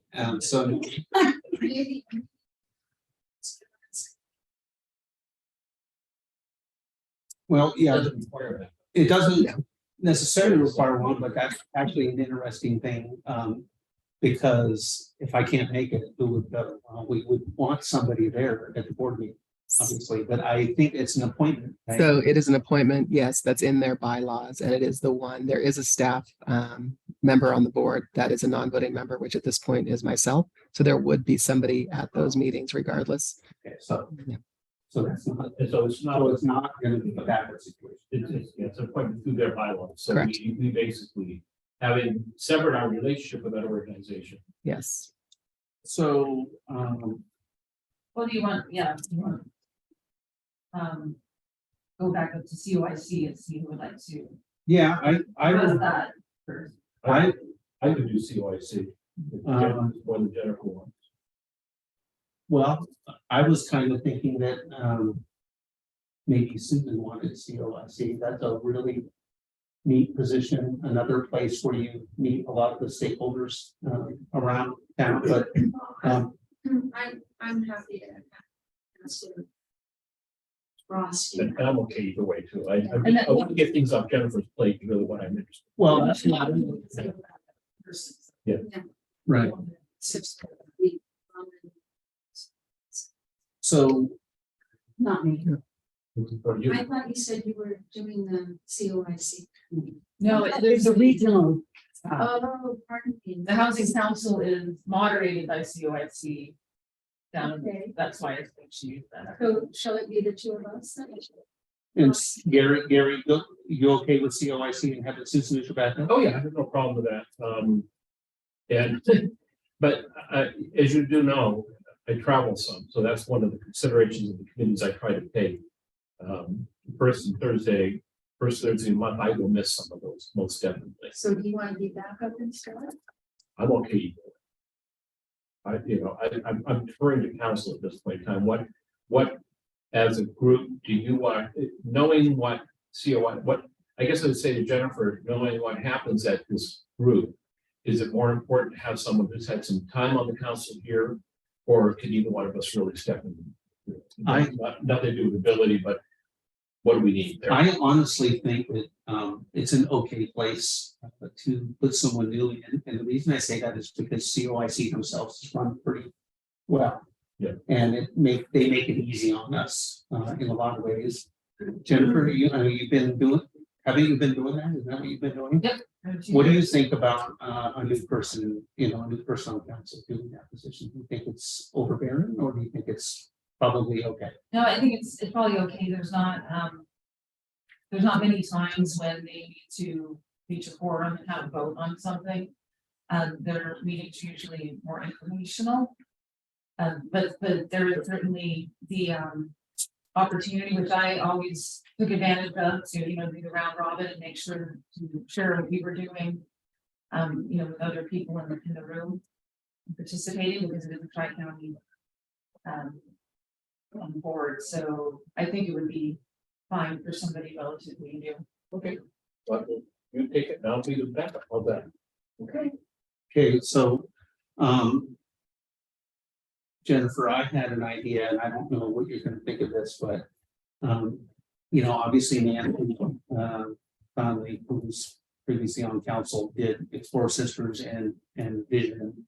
And I think that those are good shoes to fill for both of us. And I was wondering if you would be interested in jumping on the Vision team and help keep the momentum going.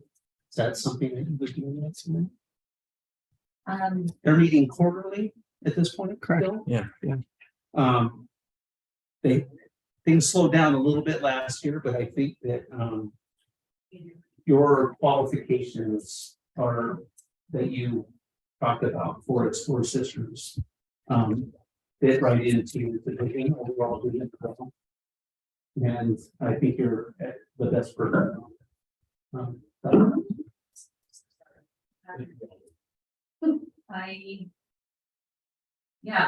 okay with that.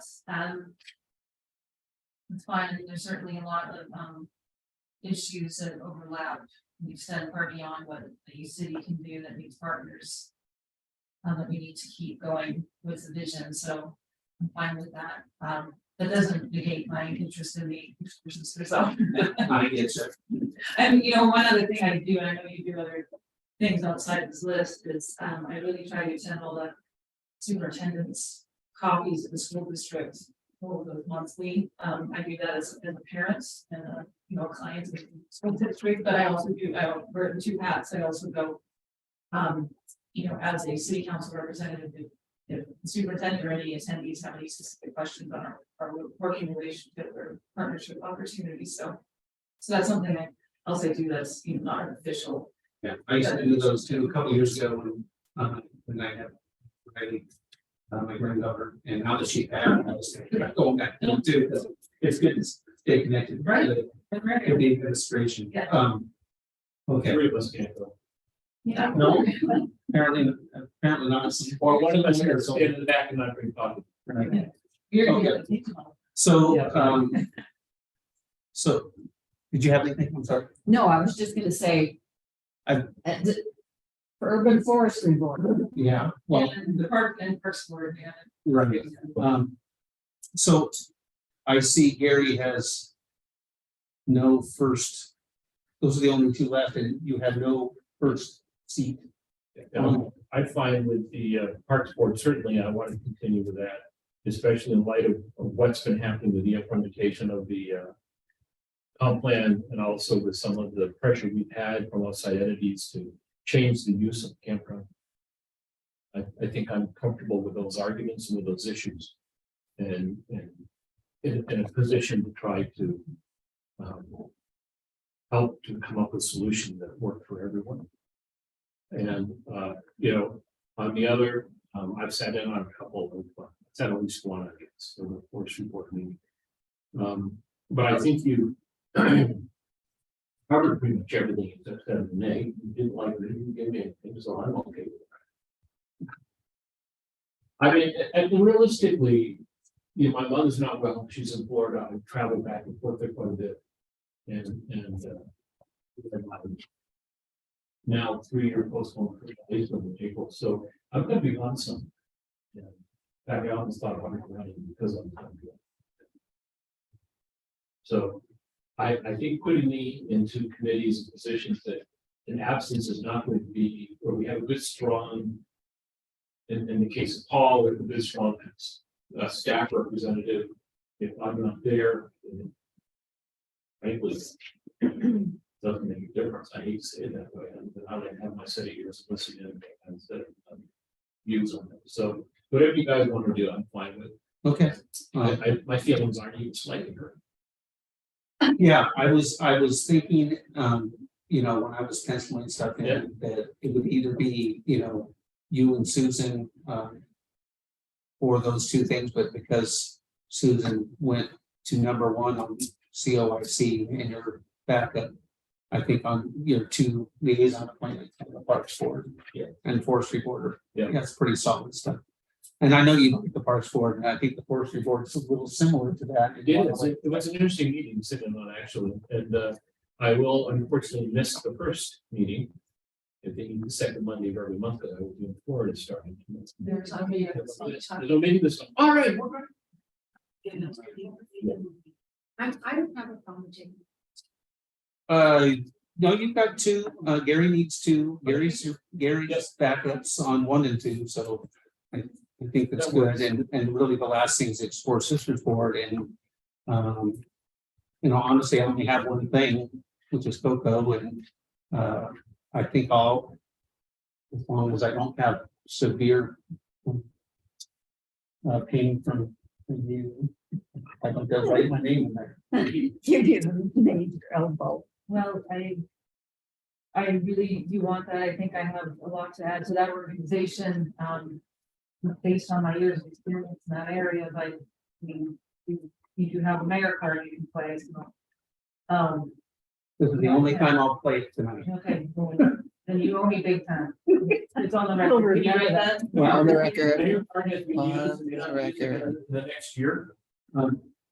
Yeah, I'm sorry about that. Yeah, okay, so, And so Urban Forestry Board is here. Okay. so I'm gonna read it off once, just so everybody has the same thing, and then I will read it off again as actual appointments, is that okay? Or you can read it off once, is that? Read it off. As long as everybody.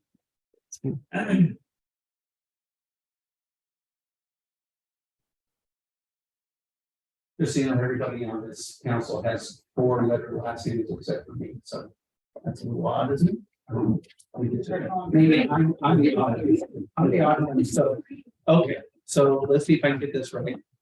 I appoint Counselor Cobb to a 2-year term on, do I have this?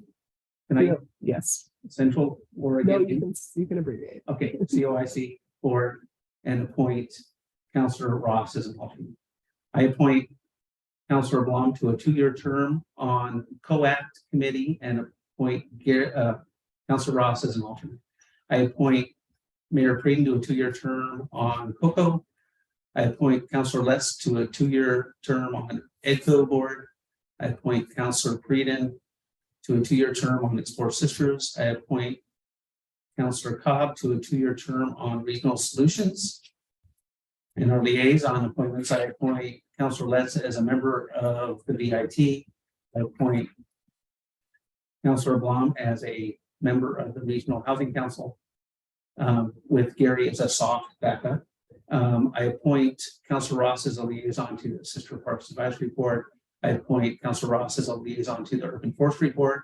I appoint Counselor Blum as a liaison to the PWEB. And then Counselor Blum is also, just to put it in there, is going to be continuing in Charro. Okay. Right, thank you. Counselor, staff comments? Joe, no? You don't have any? Oh, just for the meeting or for Yeah. this particular topic?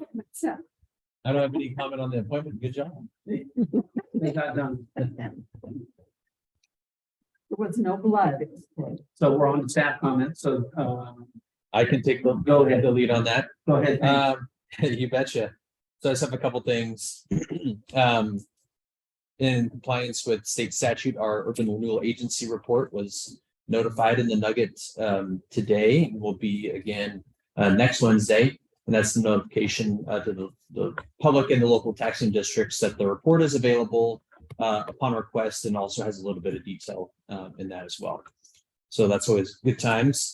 Campground reservations. So those went live last Tuesday. And they went very well. Big kudos to Julie for managing that.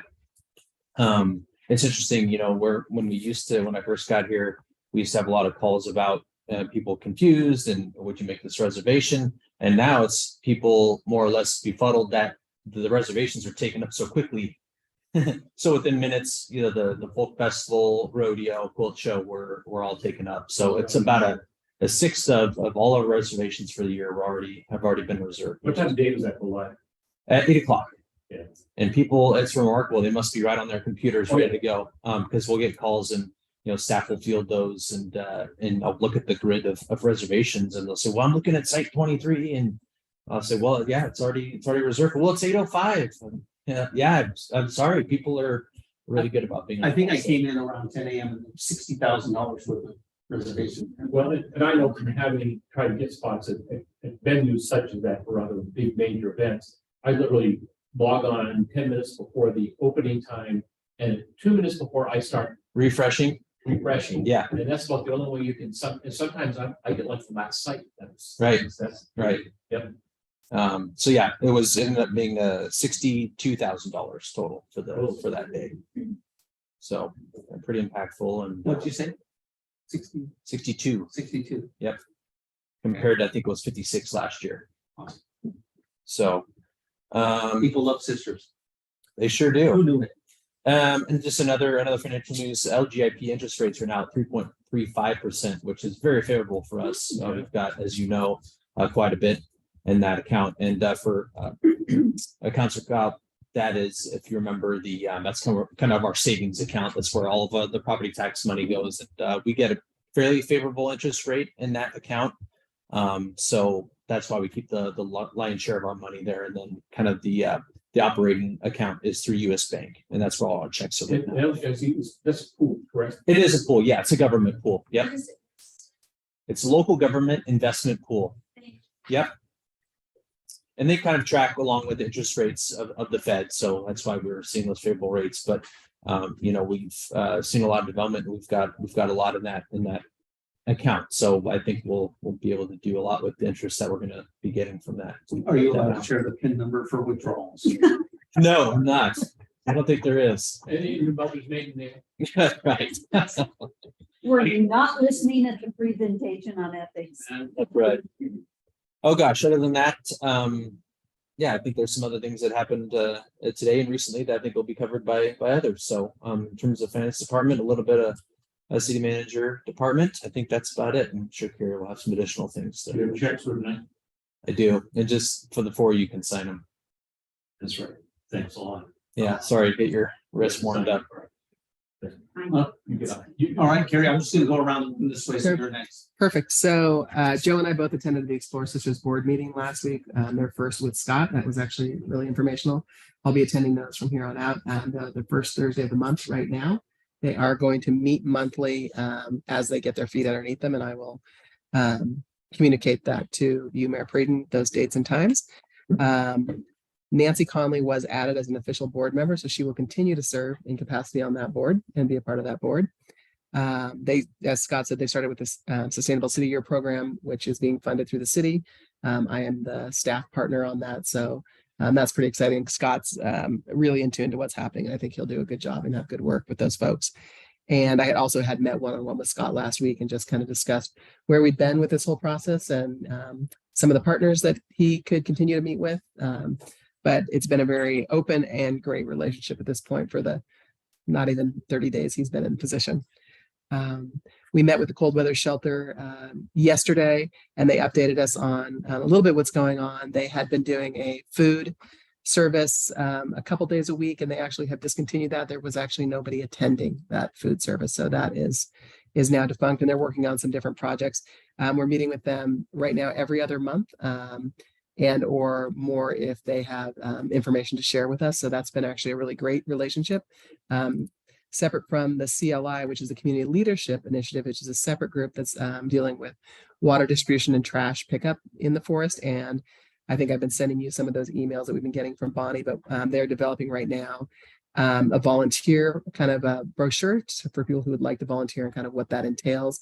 And they did ask if the city logo could be put on that. And based on the fact that you all agreed that we were in a partnership with them, I did say yes, absolutely. And anytime they wanted to use it, just pass it by me and we would make sure it was appropriate, but that they could use that. Can you talk about the water, please? So the water is, they're right now, they're not doing a lot of water distribution. I don't believe it's mostly a lot in the summer, but what they're working on is a 250 gallon tank that they can bring out to camps to fill water containers and or to have water containers for folks to fill up. That water will be picked up at our recycle center from our hose bib there. So we are donating the water to that, as well as we have said, in the case of them needing trash bags, the city would pick up the cost of that. Right now, they have other folks putting the cost of that, but we have put ourselves out there as wanting to help with that situation. And are they still using the Forest Service dumpster for the trash? I believe they are. I think they're still working on that arrangement. I don't know how public that is. I don't know that they want necessarily everybody to be using that dumpster. But I think they're working on that arrangement to make sure that's a legitimate piece. No, you're good. You're good. I think they're just trying to figure out what that's going to look like in the long run. Been doing some updates to the website. There'll be a ton more updates tomorrow after all these meeting information gets put out. And then I just wanted to reiterate, it was in the paper today that January 18th and 19th, the Deschutes County Sheriff is having the Community Academy from 6 to 9 at the Fire Hall. And Lieutenant Davis has been integral in putting that on and would like to see as many people as he could. And we have advertised that both on our Facebook site and our announcement page. And I did clarify with Lieutenant Davis that there are different topics on each night. Correct. So you could go to one or both, go both nights, you can get different information. And I think he said to us that the first night is where all of the sisters deputies will be there. If you'd like to meet them, that's the night that for sure they'll all be there on the 18th. I think the sheriff's there too. And the sheriff and Shane Nelson will be there as well. I think it's from 6 to 9. 6 to 9, yeah. I've met them all from my driver's window, so they can. Okay. They know you're real. That's what we have to have a big bright red ring. Anything else? No, unless you have any other questions. Any questions? All right.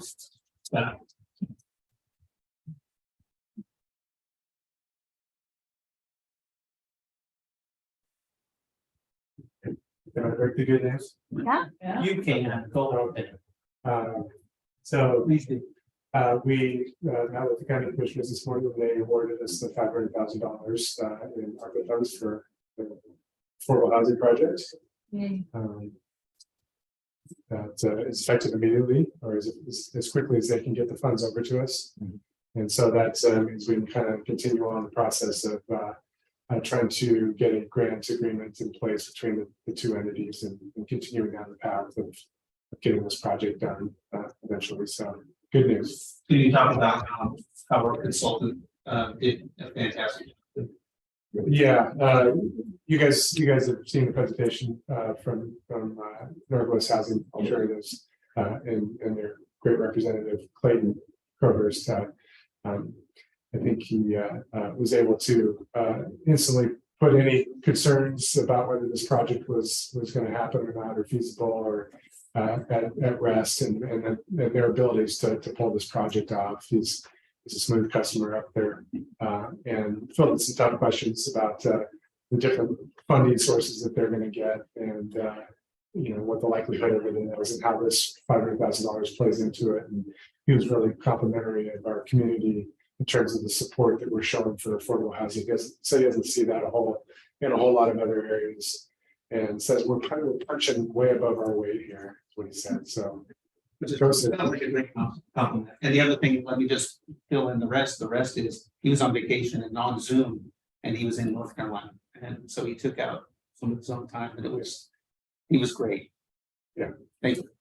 And I would just say that, any concerns that I had up front months ago, when we started talking this, he's done a great job of alleviating them, especially since we're talking about a corporation that works really in our neighborhood, the state, and a little bit into Washington. Then they have a vested interest, and then they manage the buildings afterwards, so it's not going to be a turnkey operation. I wouldn't be surprised if his firm got more business than Ben after that, after getting in front of them like that.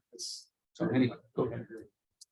Other news, the Sustainable Cities program is going to be continuing their process with the school, old elementary school site in the fall. The planning students were the first ones to take a crack at it, and you guys saw those presentations. I think, has everybody seen the presentations by now, either attended them or saw them secondhand? I can share those with you. I got some when they presented to the school board, it was recorded, so I'll send those your way. The next phase of that project is for the architecture students to take what the planning students have done and start to take it to the next level. Start coming up with some conceptual building designs. You're going to do it with all of the proposals? It's a good question. I think it's hopefully with the feedback that they got from the school board, they can kind of bring those three concepts, the best parts of those three concepts into one, and move forward. Test out concepts such as does housing above the existing school, is it even feasible? Those kinds of things. They can take those concepts and apply some more study to it. And then just the other thing I wanted to update you with is that the Parks Master Plan is going to be continuing on its process next week to the Planning Commission, and hopefully to council in February if it gets approved. And also Sunset Meadows is supposed to go to its fourth hearing. It actually won't be a public hearing. We'll close the public hearing on that process, and should just be Planning Commission deliberations at this point. I'm not allowed to hear about it. Yeah, I can tell you basics. That's all I can tell you. I didn't really. Right. Anybody have any questions for Scott? I will say, absent any questions, you did a really good job in front of the county board of county commissioners. Excuse me. Yeah, it looked like a coordinated effort. We've talked to them before about this. It's nothing new, and they didn't surprise us at all, which was great. And obviously Clayton did a good job too. So thank you for Carrie and Joe for inviting me to come along. And thanks for the ride back. I appreciate it. All right, Paul.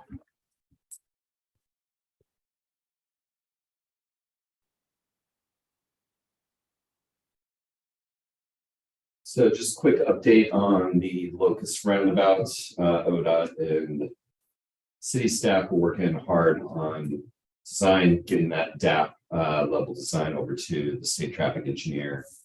We will have the area manager, Bob Townsend, next meeting. The 8th, February. On the 8th, come out and give a presentation to you where we're at, as well as walk you through the intergovernmental agreement that we're going to be revising or amending to basically spell out just responsibilities for funding right of way, that type of deal. So there's more to come on that, but that's moving forward very quickly with multiple meetings a week with that group. We started a electrical vehicle fleet study with Evergreen Consulting Group, who works with CEC customers.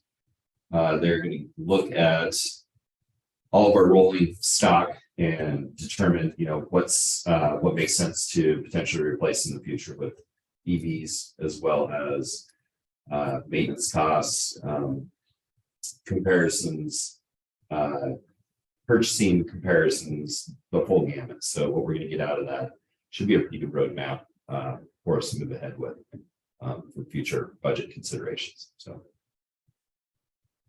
And then we also had a lighting audit with that same group, Evergreen, and they audited City Hall, the Public Works Shop, our headquarters building, and our lab building to determine some efficiency upgrades, not only with the lighting, but with the HVAC systems as well. So it'll be good for going into the next budget season.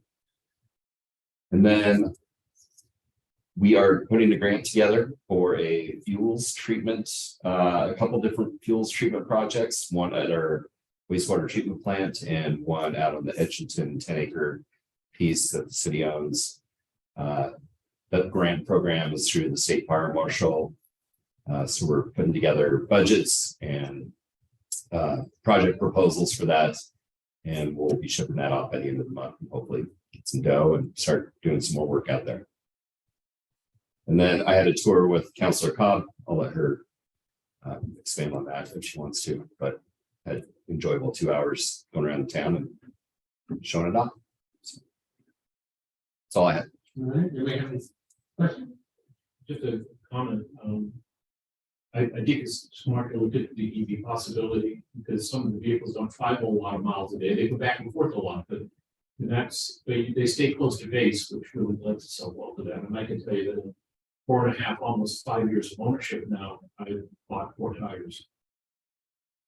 That's it.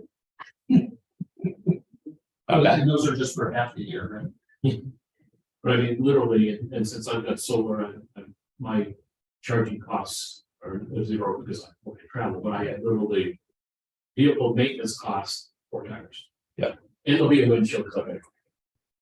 There'll be some taillights, those type of things. You still got brakes, you still have, trailer towing equipment, but it's basically they're coming back like 60% of typical ICE maintenance. So pretty good deal.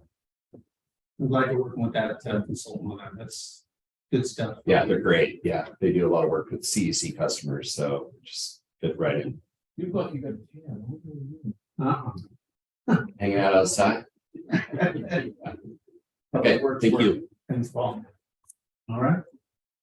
Well, it was a very informative tour. I was so impressed with how clean everything is in each of those buildings. Well painted, well maintained, and then the details that he gave me. I mean, I cannot, go into the details because I wasn't taking notes, and half of it flew in one ear, went out the other. But I was impressed in that little time frame. The water level concern that people have had, Paul completely assuaged that concern for me, talking about our aquifer and how it's like 1,000 feet deep, and we're only using like the first third of it. And it was very impressive, the whole thing. So thank you, Paul. You're welcome. Yes. We're ready on to Mayor. First of all, I do want to say congratulations again to you. And I thank you all for the appointment, and congratulations to you. This is a time when you get to speak your mind as much as you want, and you kind of did a little bit there. Is there anything else you want to discuss or talk about? Or I wonder if I could just mention one thing that someone in the public brought up, Yeah, But absolutely. now it's just escaped my mind, so maybe we'll have to come back to it. Yeah. You never do that. No, I'm just kidding. Gary, you have anything? Not much to report. I mean, it's been pretty quiet with the holidays and everything. I'm on the SOAR Foundation board and we had a very interesting The presentation. what board? Yeah. SOAR Foundation is the 501c whatever for SPRD. Oh, okay. And I've been on that board for I think 3 years now. And Jennifer Holland had an interesting presentation about where they're going in terms of their discussions with the school district. They're ongoing, they're positive, related to the elementary school. And I don't want to say too much more because that really is purvey of their council to be able to really speak to it. But I sounded very positive with the discussion going on between them and the school district. They're fruitful, they're making progress, and they're discussing some of the hard stuff now. So, so from a perspective of the city, when the building vacates, I think that there's a strong possibility that we will have SPRD in that building. And for some period of time, I know that part of it's the duration. They want at least 20 years. I don't blame them. So, and I'm sure the school will. Anyway, that's a school board SPRD board decision, but it's the first really positive information I've had that made me feel like that is going somewhere as opposed to, and part of it was the work, frankly, that was done with the group from the U of O. That kind of moved some people off center. So. Very good. And I'll just go right off of that. I attended the superintendent's coffee this morning and the school district. And yes, I think, I brought up the sustainable city year, so he could be reminded and share that with the small group that was there, but he seemed to be really impressed and happy about the process so far. And I think it has been very eye-opening for him and I think also as you said, maybe the school district. And he's very also open to further exploring employee housing on school district property. I also brought up the idea of student housing, dormitory type housing as well, for a number of reasons, either for, unfortunately, more students need more dollars. So if there was ability to absorb more students, that brings in more students. I only say unfortunately because that seems a little cheap, but the flip side is that there's an opportunity there to get children or teenagers at least out of unstable housing or lack of housing, and at least get them in a maybe a dormitory where they can be in a safe environment and continue their education until they graduate. So and he was actually very open to that idea as well, and already had been having some discussions in that regard as well. So that was a really positive meeting and discussion. Part of this discussion, which is two of us, and part of it was in the group. So I think again, the sustainable city year has been really fruitful and taking the conversation up a couple levels in the community, especially across entities. And he says that he's still excited about the work that will be going on the next few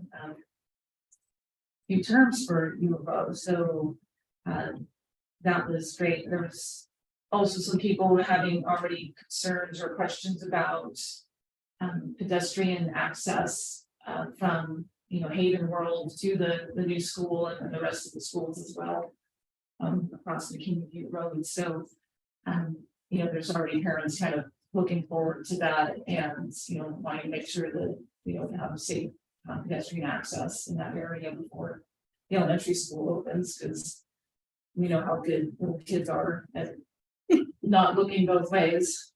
How good high school kids are. Yeah. I mean, care. Driving Yes. 60 miles an hour. And all of this. Yeah. And I did attend to see UIC meeting beginning of December. That one was relatively short and I don't have my notes with me, so there wasn't anything significant that jumped out at that. things, approval of Tammy being continuing in her executive director position there. That's So good. that's it. That's a good thing. Yeah, and I appreciate the comments about the school, and I'm sure Paul's already started thinking about, when the new school is over there, what can we do? And I think that we should be thinking about that as well. Long term is, flashing stop signs are good, and I think flashing, crosswalks and some other safety measures that we might be able to come up with are also a good idea. So piggybacking you on that. You're up. We have an upcoming POAC meeting at area Transportation Commission meeting. And they're going to give an update on the local projects that are going on. So all the roundabouts and Cooley Road and mansions and all that kind of stuff. If it's the kind of presentation that I can forward to you, I will. If not, I'll just give you a little bit of an update, because I'm always asked, when's ours coming? When's this one gonna be? What is Cooley Road is that waiting for Costco? So it'll be interesting to see how much information they have about all the stuff that's happening in the area and the projects that are being done. That'll be interesting. I wanted to ask you guys, on the agenda today at the county commission, they were also going to discuss some regulations regarding dangerous houselessness on county property. I think it was after. It was an afternoon. Okay. Is not Edgington Road out there? Is that county property surrounding us? Or is it Forest Service, or do you know? No. It's mostly Forest Service. It's okay.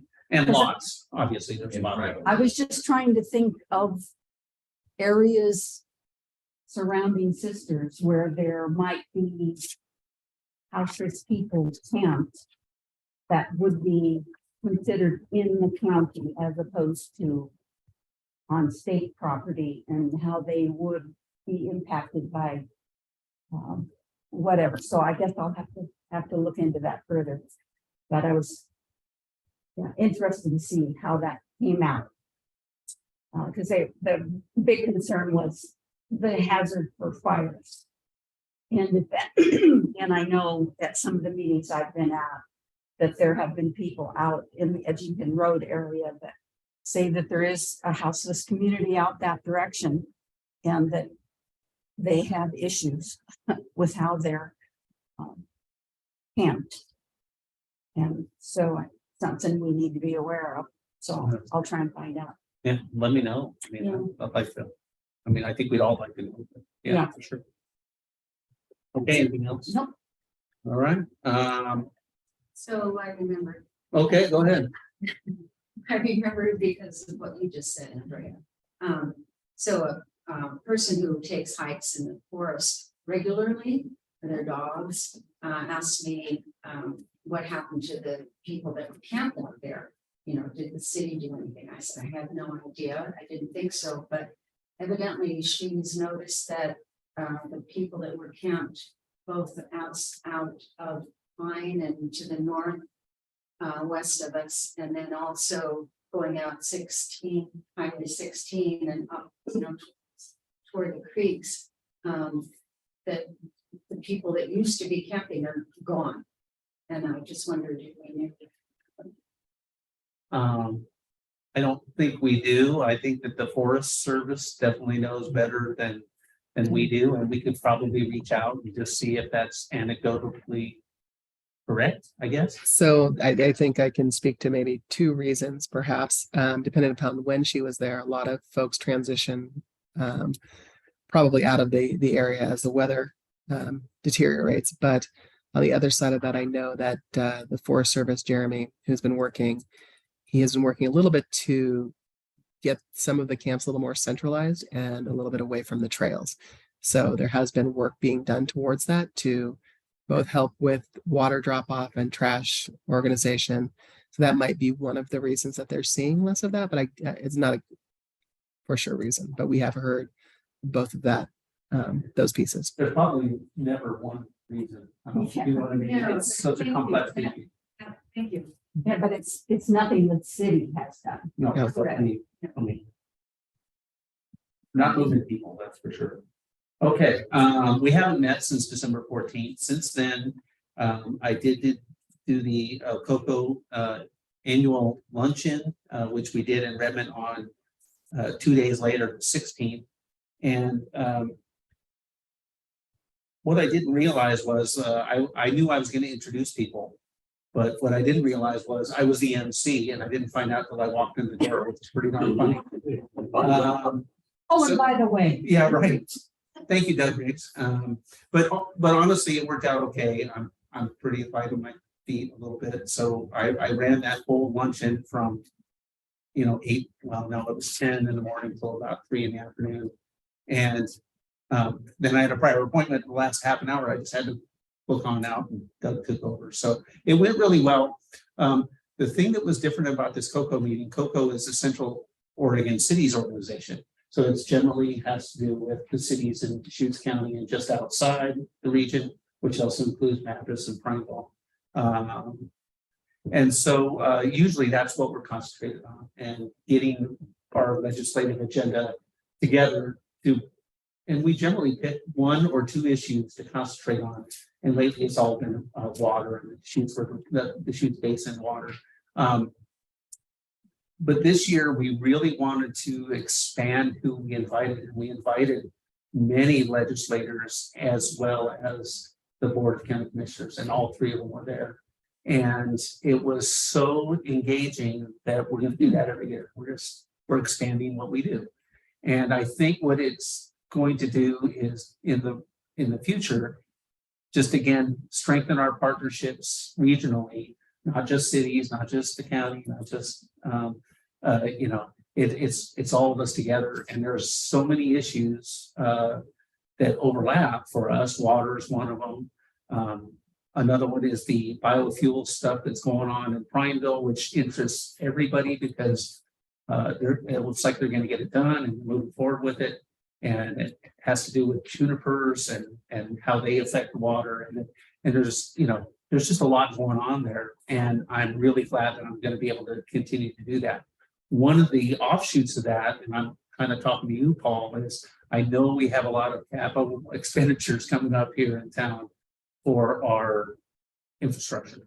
And one of the things that I hope to do is leverage some of that group, COCO, and me being the chair, which helps. That'll get me in front of legislators at least twice a year in Salem. So I will be making a couple trips over there. I can kind of like I did with the roundabout, be the squeaky wheel a little bit, put myself in front of some people, and I hope we can use some of that energy to get some stuff done. And so I just want to let you know about that. Other than that, thanks again for mayorship. I really enjoy it. I do like to be engaging in the community. I talk to people, just about everybody, every day out on the street, sometimes just to give them directions to the coffee shop or whatever. I enjoy it, so I thank you much, and I hope to continue to do this for a couple of years, maybe more, I don't know, but definitely for the next couple of years. So thank you very much. And anybody have any questions or last comments? Just a quick comment. You probably all saw the document that Carrie sent out related to the historical buildings in the city and all. And one of the things that struck me that we may want to think about or at some point talk to the DMO about is creating some kind of a visitor walking map that kind of highlights some of what was in that document. They did that earlier during the 75th, so we have that. It's actually was part of that ship that, and don't get me wrong, was part of that grant that they used for the historical offshoot was also done for that. And the other thing is, Carrie had a discussion, Joe and I had a discussion back in December about the idea of maybe doing something like Meet Your City. And so I think that in conjunction with the nugget, I'm not going to put it on anybody, but I think it makes some sense for us at some point to kind of introduce who does the work in this city to the community, much like what's been going on with SPRD and highlighting people and things like that. And if we don't do it, that's fine, but I thought that's a nice way really to recognize the people who do the work that really get behind the scenes, and you might see them in the white pickup. You might see them in the vest on the corner, but they keep this town looking good. They keep this town going as well as the people in this building. And I don't think people understand how few we have working. Because it looks like we have about 35 to 40 more by the kind of work that gets done than we actually have. If we did 1 month in the Nugget, it'd only take 15 months. Yeah, we could do it. in a We year. could do it in 7 months if we did twice a month. Well, that brings up a thought that I have. I was thinking it might be good if the counselors had a counselor's corner in the Nugget. And in there, we could, highlight certain things, like maybe there's some general topic that keeps coming up, and people, send an email and then we reply to the email, but it never gets in the news. And without doing anything that shares privacy concerns, just to, if we as a council think that this is an important thing that needs to be shared with the public, then we could take turns writing the council's corner. There has been stuff like that in the past, a similar, articles written, and it was shared, different people did it, and updates. And now actually Sue does a pretty good what happened at the council meetings and what's, a little log. It all has its place for sure. And it's something as a council we can discuss. I know at some point they had like the first Tuesday of the month that you could come in and meet the mayor or and actually have a period of time when there would be a counselor available that you could come in and chat with. That's been tried. It wasn't particularly successful, which is, why it's probably not being done now. But I think we all are very interested in ways to communicate and outreach and make that connection. And so, all those kinds of ideas are well worth looking at. I think that in light of what we heard today, of course, we have to really keep it very high level and very Right. it really needs to be almost chatty and I'm not saying it's not a bad idea. I just think that the real trick on that is to be sure that we all agree on what's Stay in being our put out lane. there. Yeah. And also that it to some degree gets vetted, to be sure that we aren't moving into the territory that's the danger Will Robinson stuff. And we're in a little bit of a transition, a little danger zone in the respect that we haven't had a city manager for a long time, and there was that city manager column, monthly column, I believe, and that has, not been done, in absence of the city manager. So I think I'm starting to notice the effects of not having something like that, where we're making way more of an effort to communicate. We could call it Joe. Yeah. But yes, I think there's a lot of opportunity. I think anywhere we can get out of this building and go to the community will be valuable. Because you gotta meet people where they are. Yeah, and my thought was more related specifically to when someone comes in and they, present for 3 minutes and we record it, and sometimes there's a reply, but there's seldom a reply that the public knows about. And in an instance when it to us would be important for the public to have a response to it, that we deem it something that maybe many people are wondering. That was why I thought it might be nice to have that corner, so it wouldn't take away from what Susan does, nor what a city manager would do, but it would just be specific to what we're receiving here from the public or in emails. Thank you. It's a good idea. I think that, it's the application that's the hard part, right? So, and lastly, that whole conversation reminded me of one more thing that I wanted to say that I forgot to say. And that is, goal setting is coming up. Right. I was thinking the same thing. And, this is the one time when we can have the most effect of what's going on the next 1, 5, 20 years. So everybody, everybody kind of has their areas that they like to talk about or promote. And I challenged all of us to, bring the good 5 things to the table or whatever. Some of it's a little boilerplate that we do every year, and it's not. Those things are not any less important, but at the same time, just a reminder to us all that this is the one time when we actually lay out the whole next calendar year expenditures and everything. It's really the most important thing to do. Everything follows it, is the roadmap for it. And it's when the admin team puts together agendas and stuff like that, one of the things they take a look at very carefully are the goals that we've set to ensure that we're working within that. And we're gonna have to have some good goals because we're gonna have a new city manager and they know what they want, that we want them to do. So that's correct. Okay, well said. All right, is there anything else? Okay, good, let's go home. After we sign. Actually,